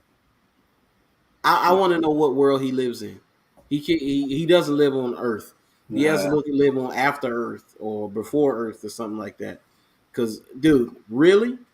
Dude, you about to be on your third team in as many years. Because Carolina is in the Baker Mayfield sweepstakes right now. I heard that they are talking about bringing him on. And I like what you hear what Robbie Anderson said. Robbie Anderson, the wide receiver for the Panthers, is like, I don't want him here. I don't want Baker here. I don't want him here. So that I hope Baker goes there just for that, and we can get to see him not throw the ball to Robbie Anderson, because I know he heard what Robbie Anderson has said. I don't know where Baker gonna end up at, man. I hope it ain't Toronto with the Organites. Oh, hey, he might be the next quarterback in the USFL. He keep going this route. Well, let's just hope he don't. He better make sure he order the chicken salad. Yeah. Let's hope he ordered a chicken salad and not try to get pizza and get cut. You can't get no Domino's in that league, man. You can't order Domino's out or you get cut. Yeah, and you might have to buy your own bus ticket if you order wings with your pizza. Hey, somebody said that. They was like, man, if ordering pizza gets you cut from the team, dude, if he wanted wings and maybe some pasta and some breadsticks, he might have got the chair if they were going to call. That's like, man, the high school team can order their own pizza. They cut this man because he wanted pizza and not chicken salad. And for those who watching now or listening, came in on now, talking about running back Davion Smith for the USFL Pittsburgh Maulers, they cut him because he wanted pizza instead of the chicken salad, and they cut him because they say he was disrespectful to the hotel staff by the way he requested said food. It and the video is ridiculous. The coach is ridiculous. The organization putting out the statement that they put out was ridiculous, but the USFL has done themselves no favors. So let's see. We about to get up out of here. They got semi-proteins in Jacksonville that wouldn't be an issue, man. Yeah. Say why Kaepernick didn't try for the USFL. I mean, you know why that is, Ness. Come on, Ness. That's the same reason he's not in Canada. You know, it's the same reason he wasn't in the AAFL, the XFL. He wants to play in the NFL. He doesn't want to play. He could have easily went to those leagues. He could have been. He could have been a Toronto Argonaut for what, 5 years now. He could have been that. He probably could have won a couple of Grey Cups by now. He doesn't want to do that. Yeah. He definitely don't want to play in that league, man. No. He say, man, Kassan Carter say, man, Pop want to have better options than this. No. Yeah. Man, that's always like, man, you're gonna get cut if you don't drink Gatorade, man. You gotta drink Gatorade. You can't have water. Yeah. Shoot, that's like, hey, if you guys go back and look at our last show, we talked about Grambling and how the women's volleyball coach cut all 19 players. She just cut the whole team. And they was bringing in some more players. That's a bad look, just like this is for USFL. Two things that I'd never seen before, and for the USFL, man, they got to get a handle on this because, and I know they talked about the footage and you didn't see the whole thing and you just saw that taken out of context or whatever. They're basically saying that Davion Smith is worse than what is being portrayed. You just don't see it in this video. That's what it sounded like to me. Yeah, but they're just embarrassing as the league because just like my man said, man, you can go to Pop Warner, you get options. At least, I mean, you might get Pop Warner get a choice between chicken nuggets and a regular hamburger, and you don't get cut if you don't want none of that. Yep. And you just want French fries. I mean, this is just crazy, man. Look, hey, because I gotta say, the parents bring options for the kids after the Pop Warner games. You want sub sandwiches or chicken wings? You get an option. Yeah, man didn't have no option. Man, you ought to take them to court, man. I would too, and now they're basically defaming him. So now I would get him for defamation, and this wasn't a football thing because he's one of the best players in the league. This was a personal issue that they had with Davion Smith. And got a camera. And then he gonna tell a guy, well, nothing you gonna say gonna change. We already made the decision, That was cold. That was cold as ice. Yeah. Man that was cold as ice. And his head in his head, man. It's like, man, over food. Over food, man. Over food, man. But hey, it is what it is, man. So, and I appreciate you guys for tuning in. Well, look, we at 2:20, man. We this is a record because usually we like at 3.5 hours out this mug, man. But man, we covered I wanted to go rapid fire, and I think we covered everything that we talked about, which was a lot, and I got it under our normal time. So that is good, man. Yeah, we got I appreciate you. Front ball in there tonight. For sure. Let's see what Kassan. He said, if that was me, I said, if you made your decision, need me, made your decision, no, you need me here then. I'm trying to figure out what. Man, you got to rewrite that. I would have told the world that these guys cutting me because I don't eat chicken salad. I had a chicken salad sandwich. I had a chicken salad last night, and they want me to eat it again. And it just shows how cheap this league is. This is pick and save league. Yeah, I get what he's saying. He said, if that was me, I said, if you made your decision, then you don't need. I guess you're saying you don't need me here. Then, yeah. I mean that once he said the decision was made, I was like, well, there's nothing else for us to discuss, sir. I appreciate the opportunity, and I would have left. Yeah, I don't know if I would have said that, Brandon. I said, okay, see y'all later. Yeah. Okay, cool. You'd be 0-9 without me. Yeah, pretty much. And they said that, hey, the XFL is starting up. Go ahead and going back to the XFL and get your money, man. And that league is not gonna make it, man. They got nobody at the games. They play all in one city. There's no attachment to the cities and the team. It's a television created adventure, and it ain't gonna work. That's my opinion. Yeah. It's not gonna work, and especially not gonna work when they rationing sandwiches and salads. Yeah, they have bigger issues. They have bigger issues than and it doesn't make sense money wise, because one of the reasons why leagues like this don't sustain is because star power, man. Yeah. People are going to watch because they want to see stars. No matter what the league is, people want to see stars. No matter the sport, you want to see stars. That's why boxing took a major dip, and it's still not back to where it used to be in its other glory, because stars. You're missing stars. WNBA, where are your stars? You don't promote your stars enough. You need more stars, and they need to be visible. Davion Smith is a star in that type of league. Makes no sense to me. Let's see. And he says, and Pittsburgh lost tonight 17-3 on top of that. And they lost tonight 17-3. See, it might have been 17-10 had they not cut the man, because he probably would have scored a touchdown. I got one question to ask you. Yeah. Do you think Money Man Mayweather got a chain as big as our Pelicans? The chain as big as Zion's. You know what?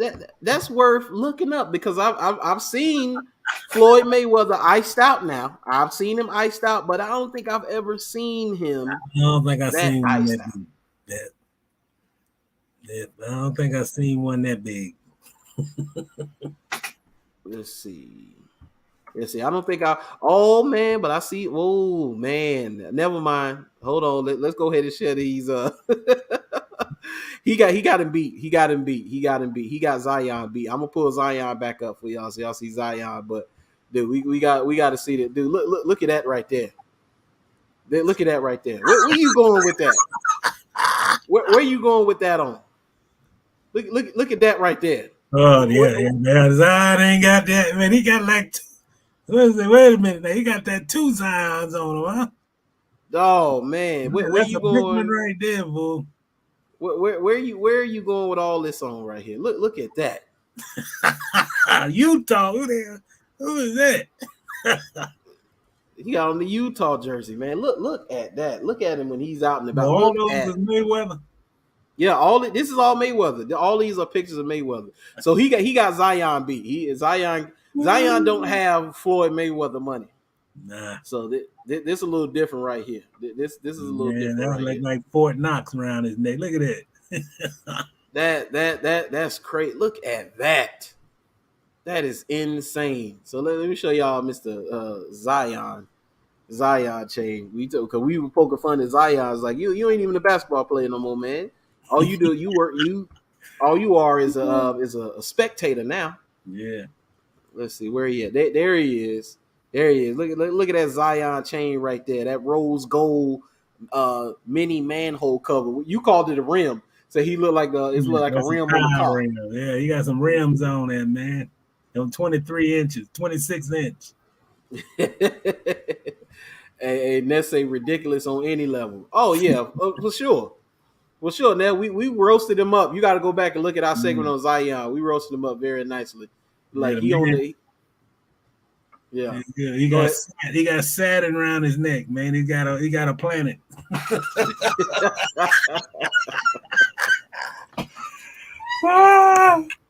Hey, because I gotta say Flavor Flav. Yeah, boy. Yeah. Put a clock on his too, man. Yeah, go ahead and put a clock on that, man.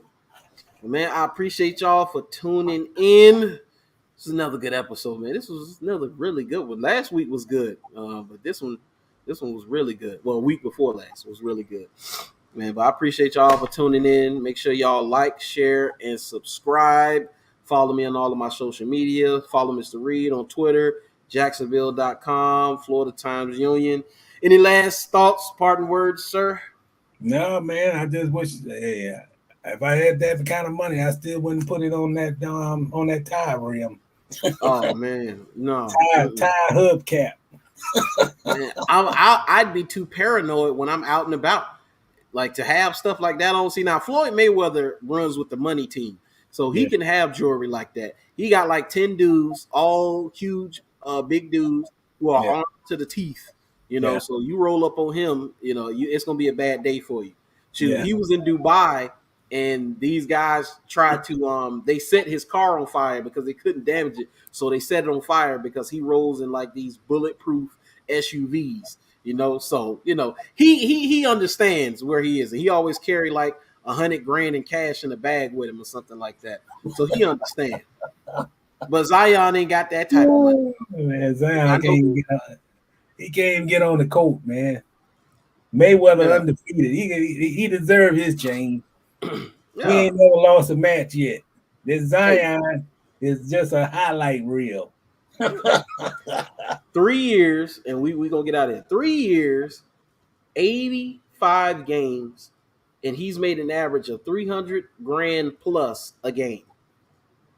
That's what that from the money he's made versus the games he's played. He's been compensated I think it's like $360,000 a game that he's been paid for the last 3 years. He's played 85 games. So he probably took the money that all those games he sat out and bought that hubcap.